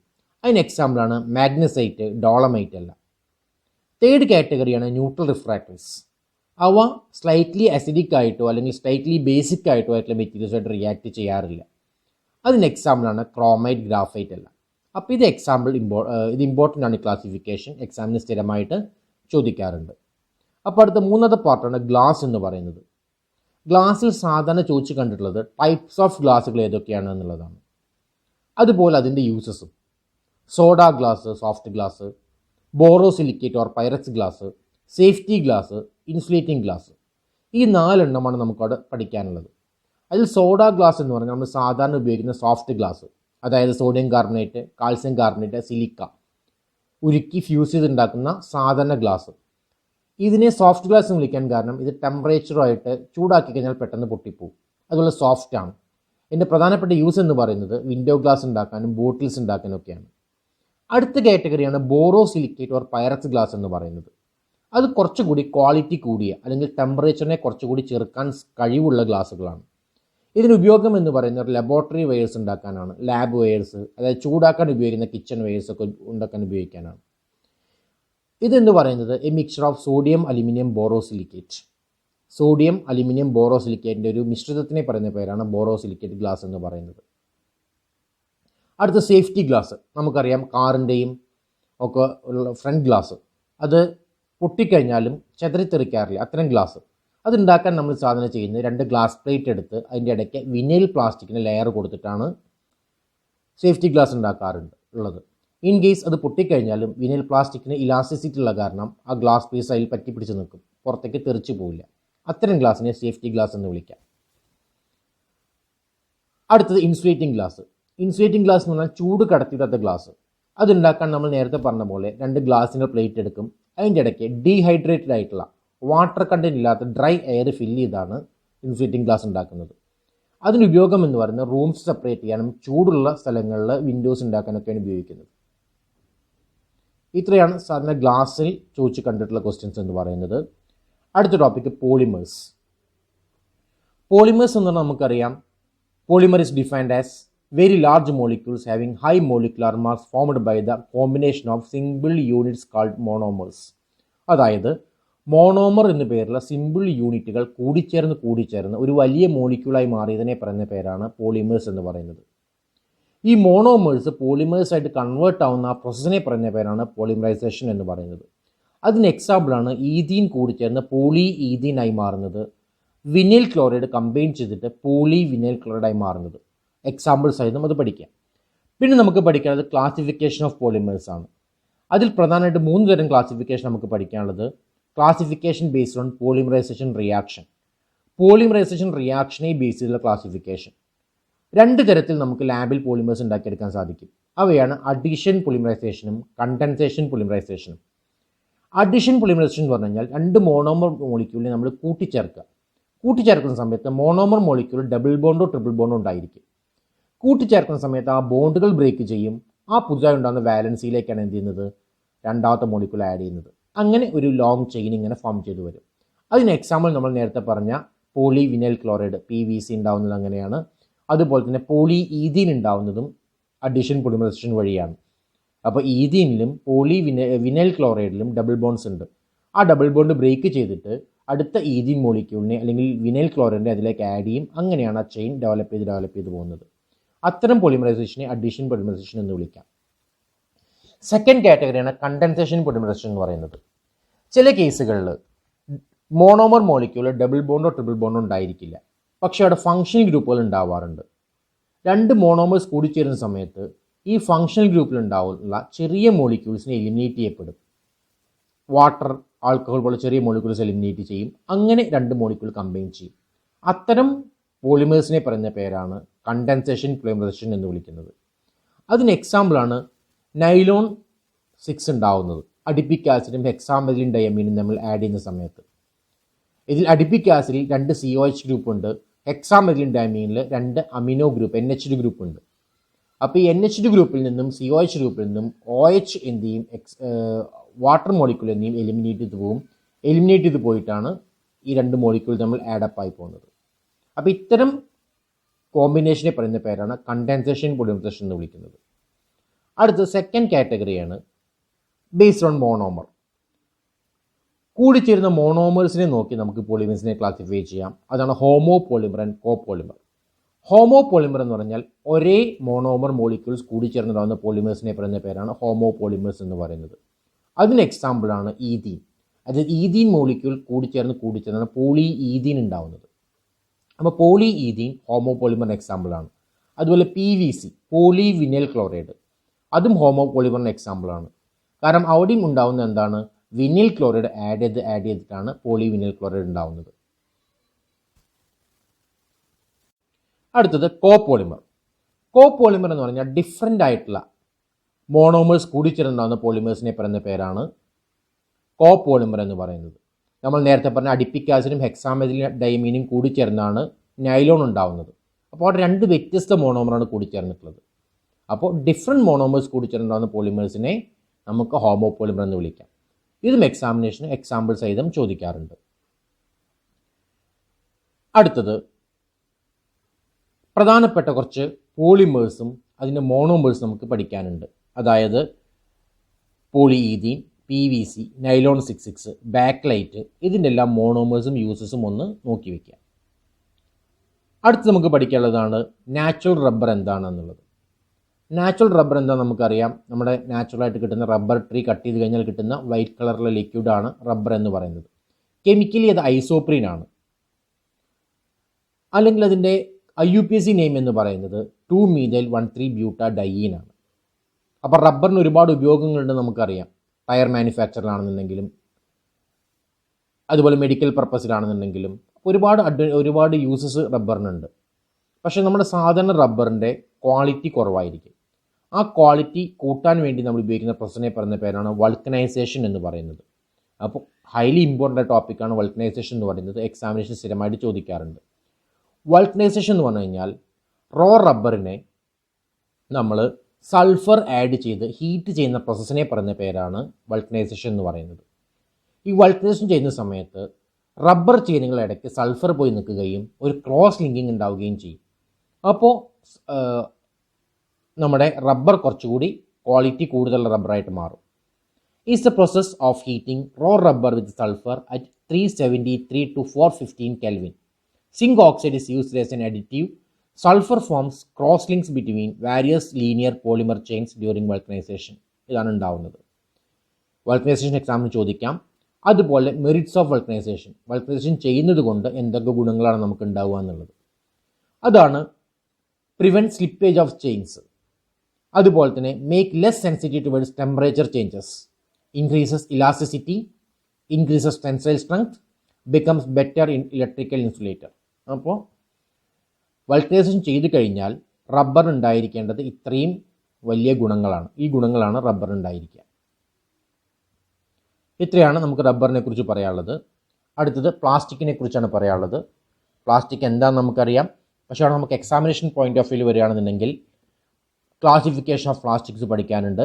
അതാണ് തെർമോ പ്ലാസ്റ്റിക്കും തെർമോ സെറ്റിംഗ് പ്ലാസ്റ്റിക്കും. തെർമോ പ്ലാസ്റ്റിക് എന്താണെന്ന് നമുക്കറിയാം. നമ്മൾ ചൂടാക്കി കഴിഞ്ഞ് അല്ലെങ്കിൽ ഷേപ്പ് മാറ്റി വീണ്ടും ഉപയോഗിക്കാൻ പറ്റുന്ന പ്ലാസ്റ്റിക്കിനെ പറയുന്ന പേരാണ് തെർമോ പ്ലാസ്റ്റിക് എന്ന് പറയുന്നത്. എക്സാമ്പിൾ PVC, അതുപോലെ പോളി ഈഥീൻ. നമുക്കറിയാം 2 PVC പൈപ്പുകൾ നമ്മൾ ജോയിൻ ചെയ്യണമെന്നുണ്ടെങ്കിൽ ജസ്റ്റ് ചൂടാക്കുകയാണ് ചെയ്യുക 2 PVC പൈപ്പുകളെ. അപ്പോൾ അത് സോഫ്റ്റായി മാറും. 2 PVC പൈപ്പുകൾ നമ്മൾ ജോയിൻ ചെയ്യും. തണുക്കുന്ന സമയത്ത് എന്ത് ചെയ്യും, PVCയുടെ പ്രോപ്പർട്ടീസ് എല്ലാം അതിനെ തിരിച്ച് കിട്ടുകയും ചെയ്യും. അതാണ് തെർമോ പ്ലാസ്റ്റിക് എന്ന് പറയുന്നത്. തെർമോ സെറ്റിംഗ് പ്ലാസ്റ്റിക് എന്ന് പറഞ്ഞു കഴിഞ്ഞാൽ ഒരിക്കൽ, അതായത് മാനുഫാക്ചറിങ്ങിൻ്റെ സമയത്ത് നമ്മൾ ചൂടാക്കി ഒരു ഷേപ്പ് കൊടുത്തു കഴിഞ്ഞാൽ പിന്നീട് ഷേപ്പ് ചേഞ്ച് ചെയ്യാൻ പറ്റാത്ത പ്ലാസ്റ്റിക്കിനെ പറയുന്ന പേരാണ് തെർമോ സെറ്റിംഗ് പ്ലാസ്റ്റിക് എന്ന് പറയുന്നത്. ബാക്ക്ലൈറ്റ്, മെലാമിൻ എല്ലാം അതിന് എക്സാമ്പിൾസ് ആണ്. അതുപോലെ തന്നെ തെർമോ പ്ലാസ്റ്റിക്കും സെറ്റിംഗ് പ്ലാസ്റ്റിക്കും നമ്മൾ ഡിഫറൻസസ് എക്സാമിന് സ്ഥിരമായി ചോദിക്കാറുണ്ട്. നോക്കുകയാണെങ്കിൽ തെർമോ പ്ലാസ്റ്റിക് നമുക്ക് എന്ത് ചെയ്യാൻ സാധിക്കും, മോൾഡ് ചെയ്യാൻ പറ്റും, റീഷേപ്പ് ചെയ്യാൻ പറ്റും, റീസൈക്കിൾ ചെയ്യാൻ പറ്റും. തെർമോ പ്ലാസ്റ്റിക് പൊതുവെ ലീനിയർ പോളിമേഴ്സ് ആണ്. തെർമോ പ്ലാസ്റ്റിക് ഉണ്ടാക്കിയുള്ള അഡീഷൻ പോളിമറൈസേഷൻ വഴിയാണ്. അതുപോലെ തെർമോ പ്ലാസ്റ്റിക് ചൂടാക്കുമ്പോൾ സോഫ്റ്റായി മാറുകയാണ് ചെയ്യുക. തെർമോസെറ്റിംഗ് പ്ലാസ്റ്റിക്കിനെ നമുക്ക് മോൾഡ് ചെയ്യാനും റീഷേപ്പ് ചെയ്യാനൊന്നും സാധിക്കില്ല. റീസൈക്ലബിൾ അല്ല. ഒരിക്കലും ഒരു ഷേപ്പ് കൊടുത്തു കഴിഞ്ഞാൽ പിന്നെ അതിനെ മാറ്റാൻ സാധിക്കില്ല. ക്രോസ് ലിങ്ക്ഡ് പോളിമേഴ്സാണ്. കണ്ടൻസേഷൻ പോളിമറൈസേഷൻ വഴിയാണ് അവയെ ഉണ്ടാക്കുന്നത്. Becomes hard on heating. ചൂടാക്കുമ്പോൾ എന്ത് ചെയ്യും? അത് കൂടുതൽ ഹാർഡായി മാറുകയാണ് ചെയ്യുക. അതൊക്കെയാണ് തെർമോ പ്ലാസ്റ്റിക്കിനെ കുറിച്ചും തെർമോസെറ്റിംഗ് പ്ലാസ്റ്റിക്കിനെ കുറിച്ചും നമുക്ക് പറയാനുള്ളത്. പിന്നെ അടുത്ത് ബ്യൂണ എൻ ബ്യൂണ എസ്. ഇത് രണ്ടും ആർട്ടിഫിഷ്യൽ റബ്ബേഴ്സാണ്. ഇതിൻ്റെ മോണോമേഴ്സും അതുപോലെ യൂസസും ഒന്ന് നോക്കി വയ്ക്കാം. അപ്പോൾ ഇത്രയാണ് നമുക്ക് പോളിമേഴ്സ് എന്നുള്ള ടോപ്പിക്കിൽ നമുക്ക് പഠിക്കാനുള്ളത്. അടുത്തത് നാനോ കെമിസ്ട്രി എന്നുള്ള ടോപ്പിക്കാണ് നമുക്ക് പഠിക്കാനുള്ളത്. നാനോ കെമിസ്ട്രി എന്നാൽ നമുക്കറിയാം branch of chemistry which deals with the study of materials having size 1 to 100 nm range. 1 മുതൽ 100 nm വരെ സൈസുള്ള പാർട്ടിക്കിൾസിനെ കുറിച്ച് പഠിക്കുന്ന കെമിസ്ട്രി ബ്രാഞ്ചിനെ പറയുന്ന പേരാണ് നാനോ കെമിസ്ട്രി എന്ന് പറയുന്നത്. അപ്പോൾ നാനോ പാർട്ടിക്കിൾസ് എന്ന് പറഞ്ഞാൽ 1 മുതൽ 100 nm വരെ സൈസുള്ള പാർട്ടിക്കിൾസ് ആണ്. അതുപോലെ നാനോ സൈസ് എന്ന് പറഞ്ഞു കഴിഞ്ഞാൽ 1 നാനോമീറ്റർ ഈക്വൽ ടു 10⁻⁻⁹ മീറ്റർ ആണ്. നാനോ പാർട്ടിക്കിൾസിൻ്റെ എക്സാമ്പിളാണ് DNA, carbon nano tube, fullerene എല്ലാം അതിന് എക്സാമ്പിൾസ് ആണ്. അടുത്ത് ചോദിക്കുന്നത് നാനോ പാർട്ടിക്കിൾസിൻ്റെ അപ്ലിക്കേഷൻസ് ആണ്. എവിടേക്കാണ് നാനോ പാർട്ടിക്കിൾസ് അപ്ലൈ ചെയ്യുന്നത്, അപ്ലിക്കേഷൻസ് എവിടെയൊക്കെ നമുക്ക് യൂസ് ചെയ്യാൻ പറ്റും എന്നുള്ള കാര്യങ്ങളാണ്. അപ്പോൾ അതിൻ്റെ കുറേ ടോപ്പിക്സ് നമ്മൾ എഴുതിയിട്ടുണ്ട്, നോട്ടിൽ എഴുതി വെച്ചിട്ടുണ്ട്. അതിലേതെങ്കിലും ഒരു 4-5 പോയിൻറ്റ്സ് ഓർമ്മിച്ച് വയ്ക്കുക. ക്യാൻസർ ട്രീറ്റ്മെൻറ്റിൽ ഉപയോഗിക്കാറുണ്ട്. അതുപോലെ തന്നെ right amount of medicine at exact spot of the body, bio compatible joint replacements ഉണ്ടാക്കാൻ സാധിക്കും. അതുപോലെ തന്നെ സർഫസ് ഏരിയ കൂടുതലായത് കാരണം അത് നല്ല കാറ്റലിസ്റ്റാണ് എന്നുള്ള കാര്യങ്ങൾ, DNA മാപ്പിംഗ് തുടങ്ങിയ കാര്യങ്ങൾ. അപ്പോൾ ഏതെങ്കിലും ഒരു 5 പോയിൻറ്റ്സ് അതിനെക്കുറിച്ച് കൃത്യമായിട്ട് എന്ത് ചെയ്യുക, ഓർമ്മിച്ച് വയ്ക്കുക. അടുത്തത് പറയാനുള്ളത് ക്ലാസിഫിക്കേഷൻ ഓഫ് നാനോ മെറ്റീരിയൽസ് ആണ്. നാനോ മെറ്റീരിയൽസിനെ എങ്ങനെ ക്ലാസിഫൈ ചെയ്യാം എന്നുള്ളത് 4 രീതിയിലാണ് ക്ലാസിഫൈ ചെയ്തിട്ടുള്ളത്. 0 dimensional, 1 dimensional, 2 dimensional and 3 dimensional. ഈ ക്ലാസിഫിക്കേഷൻ ബേസ് ചെയ്തിട്ടുള്ളത് അവയുടെ ഡയമെൻഷനെ ബേസ് ചെയ്തിട്ടാണ്. അതായത് നാനോ പാർട്ടിക്കിൾസ് നമുക്കറിയാം വളരെ സ്മാൾ സൈസ് ആണ് എന്നുള്ളത്. അതിൽ ഏതെങ്കിലും ഒരു ഡയമെൻഷൻ നാനോ സ്കെയിലായിരിക്കണം, അതായത് 1 to 100 nm ആയിരിക്കണം. അത്തരം പാർട്ടിക്കിൾസിനാണ് നാനോ പാർട്ടിക്കിൾസ് എന്ന് വിളിക്കുന്നത്.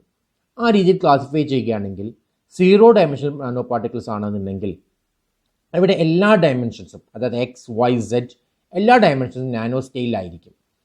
അതായത് ഒരു ഡയമെൻഷനും 1 to 100 nm അല്ലെങ്കിൽ 100 nm മുകളിലേക്ക് ഉണ്ടായിരിക്കില്ല. അതിന് എക്സാമ്പിൾസാണ് ക്വാണ്ടം ഡോട്ട്സ്, ഫുള്ളറിൻസ് എല്ലാം. അടുത്ത് 1 ഡയമെൻഷനിൽ കേസ് എടുക്കുകയാണെന്നുണ്ടെങ്കിൽ അതിൽ 2 ഡയമെൻഷൻസ് നാനോ സ്കെയിലായിരിക്കും, ഒരു ഡയമെൻഷൻ മാക്രോ സ്കെയിലുമായിരിക്കും. മാക്രോ സ്കെയിൽ എന്ന് പറയുന്ന സമയത്ത് 100 nm മുകളിലേക്ക്. അപ്പോൾ അവയുടെ ഷേപ്പ് ഏകദേശം എന്ന് പറയുന്നത് ഒരു നീഡിൽ ഷേപ്പായിരിക്കും, ഒരു സൂചിയുടെ ഷേപ്പായിരിക്കും അവയ്ക്ക് ഉണ്ടായിരിക്കുക. അവയ്ക്ക് എക്സാമ്പിളാണ് carbon nano tubes, nano fibres എല്ലാം. 2 ഡയമെൻഷനിലാകുമ്പോൾ നമുക്ക് പറയാൻ പറ്റും ഒരു ഡയമെൻഷൻ നാനോ സ്കെയിലും ബാക്കി 2 ഡയമെൻഷൻ മാക്രോ സ്കെയിലും ആയിരിക്കും. ഇതുകൊണ്ട് തന്നെ ഇവയുടെ ഒരു ഷേപ്പ് എന്ന് പറഞ്ഞൊരു പ്ലേറ്റിൻ്റെ പോലുള്ള ഒരു സ്ട്രക്ചറാണ് 2 ഡയമെൻഷൻ നാനോ പാർട്ടിക്കിൾസ് ഉണ്ടായിരിക്കുക. അതിന് എക്സാമ്പിളാണ് ഗ്രാഫീൻ, നാനോ ഫിലിംസ് എല്ലാം. അടുത്ത 3 ഡയമെൻഷൻ നമുക്കറിയാം എല്ലാ സ്കെയിലുകളും മാക്രോ സ്കെയിലായിരിക്കും. അതിന് എക്സാമ്പിൾസാണ് graphite, bundles of carbon nano tubes എല്ലാം എക്സാമ്പിളായിട്ട് പറയാൻ പറ്റും. ഈ ക്ലാസിഫിക്കേഷൻ അതിൻ്റെ എക്സാമ്പിൾ ഇമ്പോർട്ടൻ്റ് ആണ്, എക്സാമിനേഷൻ സ്ഥിരമായിട്ട് ചോദിക്കാറുണ്ട്.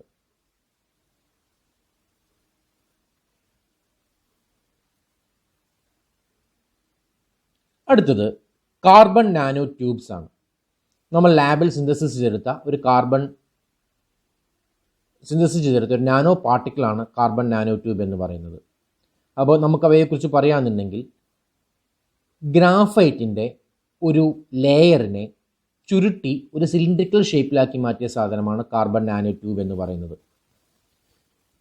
കാർബൺ നാനോ ട്യൂബിൻ്റെ 2 സൈഡ് ക്ലോസ്ഡ് ആയിരിക്കാം, ക്യാപ്സ്യൂൾ പോലെ, അതല്ലെങ്കിൽ 2 സൈഡും ഓപ്പൺ ആയിരിക്കുകയും ചെയ്യാം. അപ്പോൾ നമുക്ക് പറയാം carbon nano tubes seems to be formed by rolling a sheet of graphite into cylindrical tube. അതിൻ്റെ ഡയമീറ്റർ എന്ന് പറയുന്നത് 1 to 100 nm ഉള്ളിലായിരിക്കും ഉണ്ടായിരിക്കുക. അതുപോലെ കാർബൺ നാനോ ട്യൂബ്സിനെ ക്ലാസിഫൈ ചെയ്യാൻ പറ്റും.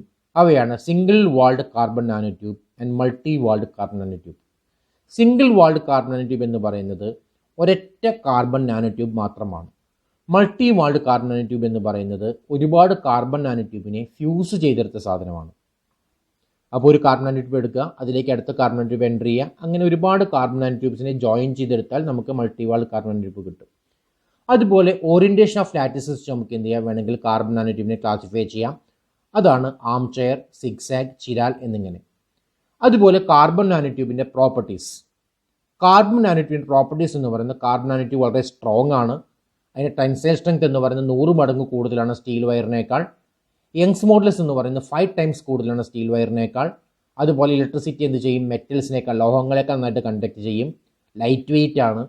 ഇതൊക്കെയാണ് ഇതിൻ്റെ പ്രോപ്പർട്ടീസ് എന്ന് പറയുന്നത്. അതിൻ്റെ അപ്ലിക്കേഷൻസ് എന്ന് പറയുന്നത് സ്ട്രെങ്ത്നെസ് ഓഫ് കമ്പോസിറ്റ് മെറ്റീരിയൽസ് ആയിട്ട് ഉപയോഗിക്കാറുണ്ട്. മോളിക്യുലർ ടെസ്റ്റ് ട്യൂബ്സും ക്യാപ്സ്യൂൾസും ഒക്കെ ഉണ്ടാക്കാൻ ഉപയോഗിക്കാറുണ്ട്. DNA മാപ്പിങ്ങിന് ഉപയോഗിക്കാറുണ്ട്. അതുപോലെ തന്നെ ഹീറ്റ് കണ്ടക്ടേഴ്സായിട്ട് ഉപയോഗിക്കാറുണ്ട്. സോളാർ സെല്ലുകൾ ഉപയോഗിക്കാറുണ്ട്. കാറ്റലിസ്റ്റ് ആയിട്ട് ഉപയോഗിക്കാറുണ്ട്. ഇതൊക്കെയാണ് കാർബൺ നാനോ ട്യൂബിൻ്റെ പ്രധാനപ്പെട്ട യൂസസ് എന്ന് പറയുന്നത്. അടുത്ത് നമുക്ക് പറയാനുള്ളതാണ് ഗ്രാഫീനും അതുപോലെ തന്നെ ഫുള്ളറീനും. ഈ രണ്ട് മെറ്റീരിയൽസും കാർബണിൻ്റെ അലോട്രോപ്സ് ആണ്. ഈ രണ്ട് അലോട്രോപ്സിനെ കുറിച്ചും എക്സാമിനേഷൻ സാധാരണയിൽ ചോദിക്കാറുണ്ട്. എന്തൊക്കെയാണ്, അല്ലെങ്കിൽ എങ്ങനെയാണ് ഇതിൻ്റെ പ്രോപ്പർട്ടീസ് എന്തൊക്കെയാണ്, യൂസസ് എന്തൊക്കെയാണ് എന്നുള്ള കാര്യങ്ങൾ. അപ്പോൾ ഇത്രയും ഭാഗങ്ങളാണ്, ഇത്രയും ടോപ്പിക്സാണ് ഇതിൽ വരുന്നത് കാര്യമായിട്ട് മൊഡ്യൂൾ 3യിൽ നമുക്ക് ഡിസ്കസ് ചെയ്യാനുള്ളത്. അപ്പോൾ ഇത്രയും ടോപ്പിക്സ് കൃത്യമായിട്ട് നിങ്ങൾക്ക് അറിയാമെന്നുണ്ടെങ്കിൽ നമുക്ക് എക്സാമിനേഷൻ നല്ല രീതിയിൽ അറ്റൻഡ് ചെയ്യാൻ സാധിക്കും. അടുത്ത് നമുക്ക് മൊഡ്യൂൾ 4ൽ വരുന്ന പ്രധാനപ്പെട്ട ടോപ്പിക്സ് ഏതൊക്കെയാണെന്ന് നോക്കാം. മൊഡ്യൂൾ 4ൽ 2 ചാപ്റ്റേഴ്സാണുള്ളത്, electro chemistry and corrosion. Electro chemistry നമുക്ക് ആദ്യം പറഞ്ഞിരിക്കേണ്ടത് oxidation, reduction, redox reaction. Oxidation എന്ന് പറഞ്ഞാൽ ഒരു ആറ്റം അല്ലെങ്കിൽ അയോൺ എന്ത് ചെയ്യുകയാണ്, അല്ലെങ്കിൽ ഇലക്ട്രോൺസിനെ നഷ്ടപ്പെടുത്തുന്ന പ്രോസസ്സിനെയാണ് ഓക്സിഡേഷൻ എന്ന് പറയുന്നത്. റിഡക്ഷൻ എന്ന് പറഞ്ഞു കഴിഞ്ഞാൽ ഒരു ആറ്റം അല്ലെങ്കിൽ അയോൺ ഇലക്ട്രോൺസിനെ ഗെയിൻ ചെയ്യുന്ന, ലഭിക്കുന്ന പ്രോസസ്സിനെ പറയുന്ന പേരാണ് റിഡക്ഷൻ എന്ന് പറയുന്നത്. ഓക്സിഡേഷനും റിഡക്ഷനും ഒരേ സമയത്ത് നടക്കുന്നു എന്നുണ്ടെങ്കിൽ അത്തരം റിയാക്ഷൻസിന് നമുക്ക് എന്ത് പറയാം, റിഡോക്സ് റിയാക്ഷൻ എന്ന് പറയാം. ആ 3 എക്സാമ്പിൾ സഹിതം ഓർമ്മിച്ച് വയ്ക്കുക. 2 മാർക്കിൻ്റെ ക്വസ്റ്റ്യൻസിനൊക്കെ എപ്പോഴും പ്രതീക്ഷിക്കാവുന്നതാണ്. അടുത്തത് ഇലക്ട്രോ കെമിസ്ട്രി പഠിക്കുമ്പോൾ നമുക്ക് ആദ്യം അറിയേണ്ട കാര്യങ്ങളാണ് കണ്ടക്ടേഴ്സ് എന്താണ്, ഇൻസുലേറ്റേഴ്സ് എന്താണെന്നുള്ള കാര്യം. കണ്ടക്ടേഴ്സ് വൈദ്യുതി കടത്തിവിടുന്ന വസ്തുക്കളാണ്, ഇൻസുലേറ്റേഴ്സ് വൈദ്യുതി കടത്തിവിടാത്ത വസ്തുക്കളാണ് നമുക്കറിയാം. കണ്ടക്ടേഴ്സിൻ്റെ എക്സാമ്പിൾസ് മെറ്റൽസ് ആണ്, ആസിഡുകൾ എല്ലാം കണ്ടക്ടേഴ്സാണ് നമുക്കറിയാം. ഇൻസുലേറ്റേഴ്സ് എന്ന് പറഞ്ഞാൽ റബ്ബർ ഒന്നും വൈദ്യുതി കടത്തിവിടാത്ത വസ്തുക്കളാണ്, അത് ഇൻസുലേറ്റേഴ്സാണ്. അതിൽ നമുക്ക് കാര്യമായിട്ട് പഠിക്കാനുള്ളതാണ് മെറ്റാലിക് കണ്ടക്ഷനും ഇലക്ട്രോലിറ്റിക് കണ്ടക്ഷനും. 2 തരം കണ്ടക്ഷനാണ് സാധനം നമ്മൾ കാണാറുള്ളത്. മെറ്റാലിക് കണ്ടക്ഷൻ, എല്ലാ ലോഹങ്ങളും എന്ത് ചെയ്യാറുണ്ട്, വൈദ്യുതി കടത്തിവിടാറുണ്ട്. അലുമിനിയം, സ്വർണം, വെള്ളി തുടങ്ങിയ എല്ലാ മെറ്റൽസും വൈദ്യുതി കടത്തിവിടും. ചില ലായനികൾ അല്ലെങ്കിൽ ചില സബ്സ്റ്റൻസസ് ഡിസോസിയേറ്റ് ചെയ്തിട്ടും അവ എന്ത് ചെയ്യാറുണ്ട്, വൈദ്യുതി കടത്തിവിടാറുണ്ട്. അത്തരം കണ്ടക്ഷനെ പറയുന്ന പേരാണ് നോൺ മെറ്റാലിക് അല്ലെങ്കിൽ ഇലക്ട്രോലിറ്റിക് കണ്ടക്ഷൻ എന്ന് പറയുന്നത്. അപ്പോൾ രണ്ടും തമ്മിൽ ഡിഫറൻസസ് എന്തൊക്കെയാണെന്ന് എക്സാമിന് സ്ഥിരമായിട്ട് ചോദിക്കാറുണ്ട് 4 മാർക്കിന്. അപ്പോൾ നോക്കാം. മെറ്റാലിക് കണ്ടക്ഷൻ്റെ കേസ് പറയുകയാണെന്നുണ്ടെങ്കിൽ due to the movement of electrons, ഇലക്ട്രോൺസിൻ്റെ മൂവ്മെൻറ്റ് കൊണ്ടാണ് കണ്ടക്ഷൻ നടക്കുന്നത്. No chemical change takes place, അതായത് മെറ്റൽസിലൂടെ എത്ര കാലം വൈദ്യുതി കടത്തിവിട്ടാലും അവയ്ക്ക് കെമിക്കൽ ചേഞ്ച് ഉണ്ടാവുന്നില്ല. Decreases with increase in temperature, അതായത് മെറ്റാലിക് കണ്ടക്ഷൻ ചൂടാക്കും തോറും കുറയുകയാണ് ചെയ്യുക. No transfer of matter, energy മാത്രമാണ് ട്രാൻസ്ഫർ ചെയ്യപ്പെടുന്നത്. ഇലക്ട്രോലിറ്റിക്കിലേക്ക് വരികയാണെന്നുണ്ടെങ്കിൽ ഇലക്ട്രോലിറ്റിക് കണ്ടക്ഷന് കാരണം അയോൺസ് ആണ്, പോസിറ്റീവ് നെഗറ്റീവ് അയോൺസ് ആണ് ഇലക്ട്രിസിറ്റി കണ്ടക്ട് ചെയ്യുന്നത്. കെമിക്കൽ ചേഞ്ച് ടേക്സ് പ്ലേസ്, അപ്പോൾ നമ്മൾ ഒരു സൊല്യൂഷനിലൂടെ വൈദ്യുതി കടത്തിവിടുകയാണെന്നുണ്ടെങ്കിൽ, ഇലക്ട്രോലൈറ്റിലൂടെ വൈദ്യുതി കടത്തിവിടുകയാണെന്നുണ്ടെങ്കിൽ കുറച്ച് സമയം കഴിയുമ്പോൾ എന്ത് ചെയ്യാം, അവ ഡിസോസിയേറ്റ് ചെയ്തതായിട്ട് കാണാൻ സാധിക്കും. Increases with increase in temperature, ചൂടാക്കും തോറും കണ്ടക്ട് ചെയ്യാനുള്ള ശേഷി ഇലക്ട്രോലൈറ്റിൻ്റെ കൂടുകയാണ് ചെയ്യുക. Transfer of matter takes place, അതായത് അയോൺസ് എന്ത് ചെയ്യുന്നുണ്ട്, അങ്ങോട്ടും ഇങ്ങോട്ടും മൂവ് ചെയ്യുന്നുണ്ട്. അപ്പോൾ ട്രാൻസ്ഫർ ഓഫ് മാറ്റർ ഉണ്ടാവാറുണ്ട്. അടുത്തത് കുറച്ച് ടോപ്പിക്സ് ആണ് ഇലക്ട്രോലൈറ്റ്സ് ആൻഡ് നോൺ ഇലക്ട്രോലൈറ്റ്സ്, അതായത് വൈദ്യുതി കടത്തി വിടുന്ന വസ്തുക്കളെ പറയുന്ന വസ്തുക്കളെ പറയുന്ന പേരാണ് ഇലക്ട്രോലൈറ്റ്സ് എന്ന് പറയുന്നത്. നോൺ ഇലക്ട്രോലൈറ്റ്സ് എന്ന് പറഞ്ഞാൽ വൈദ്യുതി കടത്തി വിടാത്ത ഇലക്ട്രോലൈറ്റ്സിന്, അതായത് ഒരു വസ്തു ഡിസോസിയേറ്റ് ചെയ്യുകയാണെങ്കിൽ, NaCl എടുക്കുകയാണ്, അത് ഡിസോസിയേറ്റ് ചെയ്ത് Na+ഉം Cl- ആയിട്ട് മാറും. അത്തരം വസ്തുക്കൾ ഇലക്ട്രോലൈറ്റ്സ് ആണ്. ഡിസോസിയേറ്റ് ചെയ്യാത്ത വസ്തുക്കൾ, ഇപ്പോൾ ഷുഗർ സൊല്യൂഷൻ എടുക്കണം, പഞ്ചസാര വെള്ളം, അത് ഡിസോസിയേറ്റ് ചെയ്യില്ല. അത്തരം വസ്തുക്കളെ നമുക്ക് എന്ത് പറയാം, നോൺ ഇലക്ട്രോലൈറ്റ്സ് എന്ന് പറയാം. അതിൽ തന്നെ ഇലക്ട്രോലൈറ്റ്സ് നമുക്ക് എന്ത് പറയാം, സ്ട്രോങ് ഇലക്ട്രോലൈറ്റ്സും വീക്ക് ഇലക്ട്രോലൈറ്റ്സും ഉണ്ട്. സ്ട്രോങ് ഇലക്ട്രോലൈറ്റ്സ് എന്ന് പറഞ്ഞാൽ പൂർണ്ണമായും ഡിസോസിയേറ്റ് ചെയ്യുന്ന വസ്തുക്കളെ പറയുന്ന പേരാണ് സ്ട്രോങ് ഇലക്ട്രോലൈറ്റ്സ് എന്ന് പറയുന്നത്. അതിന് എക്സാമ്പിളാണ് sodium chloride, hydrochloric acid, sulphuric acid എല്ലാം. വീക്ക് ഇലക്ട്രോലൈറ്റ്സ് ആകുമ്പോൾ ഭാഗികമായി മാത്രമേ ഡിസോസിയേറ്റ് ചെയ്യുള്ളൂ, അതായത് വൈദ്യുതി കുറച്ച് മാത്രമേ കടത്തിവിട്ടുള്ളൂ. അതായത് വീക്ക് ആസിഡ് ആയിട്ടുള്ള അസറ്റിക് ആസിഡ്, ഓക്സാലിക് ആസിഡ് എല്ലാം അതിന് എക്സാമ്പിൾസ് ആണ്. അപ്പോൾ അത് നമുക്ക് ബേസിക്കായിട്ട് പറയാനുള്ള കുറച്ച് കാര്യങ്ങളായിരുന്നു. അടുത്തതാണ് ഇലക്ട്രോളിസിസ് എന്ന് പറയുന്നത്. നമ്മൾ നേരത്തെ പറഞ്ഞു ഒരു സബ്സ്റ്റൻസിലൂടെ വൈദ്യുതി കടന്നുമ്പോൾ അത് ഡിസോസിയേറ്റ് ചെയ്യുമെന്ന് പറഞ്ഞു. അപ്പോൾ അതാണ് ഒരു ഇലക്ട്രോലൈറ്റിലൂടെ വൈദ്യുതി കടന്നു പോകുന്ന സമയത്ത് അത് ഡിസോസിയേറ്റ് ചെയ്യുന്ന പ്രശ്നത്തെ പറയുന്ന പേരാണ് ഇലക്ട്രോളിസിസ് എന്ന് പറയുന്നത്. ഇലക്ട്രോളിസിസിനെ കുറിച്ച് നമ്മുടെ മൈക്കൽ ഫാരഡേ എന്ന് പറഞ്ഞ സയൻറ്റിസ്റ്റ് 2 റൂൾസ് പറഞ്ഞിട്ടുണ്ട്. Faraday's first law and second law. രണ്ടും ഇമ്പോർട്ടൻ്റ് ആണ്, എക്സാമിനേഷൻ സ്റ്റേറ്റ്മെൻ്റ് ആയിട്ട് സ്ഥിരമായിട്ട് ചോദിക്കാറുണ്ട്. അതിലെ ഫസ്റ്റ് ലോ പറയുന്നത് എന്താണെന്ന് വെച്ച് കഴിഞ്ഞാൽ the amount of substances liberated or deposited at an electrode is directly proportional to the quantity of electricity passed through the electrolyte. അതായത് ആനോഡിലും കാഥോഡിലും ഉണ്ടാകുന്ന വസ്തുക്കളുടെ ഭാരം എന്ന് പറയുന്നത് നമ്മൾ ഇലക്ട്രോലൈറ്റിൽ എത്ര എമൗണ്ട് വൈദ്യുതി കടത്തിവിട്ടോ അതിന് ആനുപാതികമായിരിക്കും. അതാണ് ഫസ്റ്റ് ലോ പറയുന്നത്. W is directly proportional to Q. W എന്ന് പറഞ്ഞാൽ വെയിറ്റ് ഓഫ് സബ്സ്റ്റൻസ്, Q എന്ന് പറഞ്ഞാൽ നമുക്ക് എന്ത് പറയാം, ക്വാണ്ടിറ്റി ഓഫ് ഇലക്ട്രിസിറ്റി പാസ്ഡ്. അതുപോലെ സെക്കൻഡ് ലോ പറയുന്നതും അതുപോലെ തന്നെയാണ്. When same quantity of electricity is passed through several electrolytes the mass of substances deposited are proportional to their respective equivalent weight. അതായത് നമ്മൾ എന്ത് ചെയ്യാണ്, ഒരുപാട് ഇലക്ട്രോലൈറ്റുകളെ സീരീസ് ആയിട്ട് കണക്ട് ചെയ്യുകയും ഒരേ എമൗണ്ട് വൈദ്യുതി കടത്തിവിടുകയും ചെയ്യുകയാണെങ്കിൽ ആനോഡിലും കാഥോഡിലും ഉണ്ടാകുന്ന വസ്തുക്കളുടെ ഭാരം എന്ന് പറയുന്നത് ആ വസ്തുക്കളുടെ തന്നെ ഇക്വാലന്റ് വെയിറ്റിന് പ്രപ്പോർഷണൽ ആയിരിക്കും എന്നാണ്. അപ്പോൾ ഈ ഫസ്റ്റ് ലോയുടെയും സെക്കൻഡ് ലോയുടെയും സ്റ്റേറ്റ്മെൻറ്റ്സും ചോദിക്കാറുണ്ട്, അതുപോലെ അത് വെച്ച് ചെയ്യാനുള്ള പ്രോബ്ലംസും ചോദിക്കാറുണ്ട്. അതുപോലെ തന്നെ വരുന്ന ടോപ്പിക്കാണ് ഇലക്ട്രോകെമിക്കൽ ഇക്വാലൻസ്. ഇലക്ട്രോകെമിക്കൽ ഇക്വാലൻസ് എന്ന് പറഞ്ഞാൽ is the mass of the element transported by 1 coulomb of electricity. 1 coulomb electricity കൊണ്ട് എത്ര എമൗണ്ട് സബ്സ്റ്റൻസിന് നമുക്ക് ട്രാൻസ്പോർട്ട് ചെയ്യാൻ സാധിക്കും എന്നാണ് ഇലക്ട്രോകെമിക്കൽ ഇക്വാലൻസിനോട് ഉദ്ദേശിക്കുന്നത്. അടുത്തത് ഇലക്ട്രോളിസിൻ്റെ പ്രധാനപ്പെട്ട ആപ്ലിക്കേഷൻസ് എന്തൊക്കെയാണ് എന്നുള്ളത്. അതാണ് electroplating, anodising, refining of metals like copper, silver etcetera, extraction of metals like potassium, sodium, calcium etcetera, production of non metals like hydrogen, oxygen etcetera.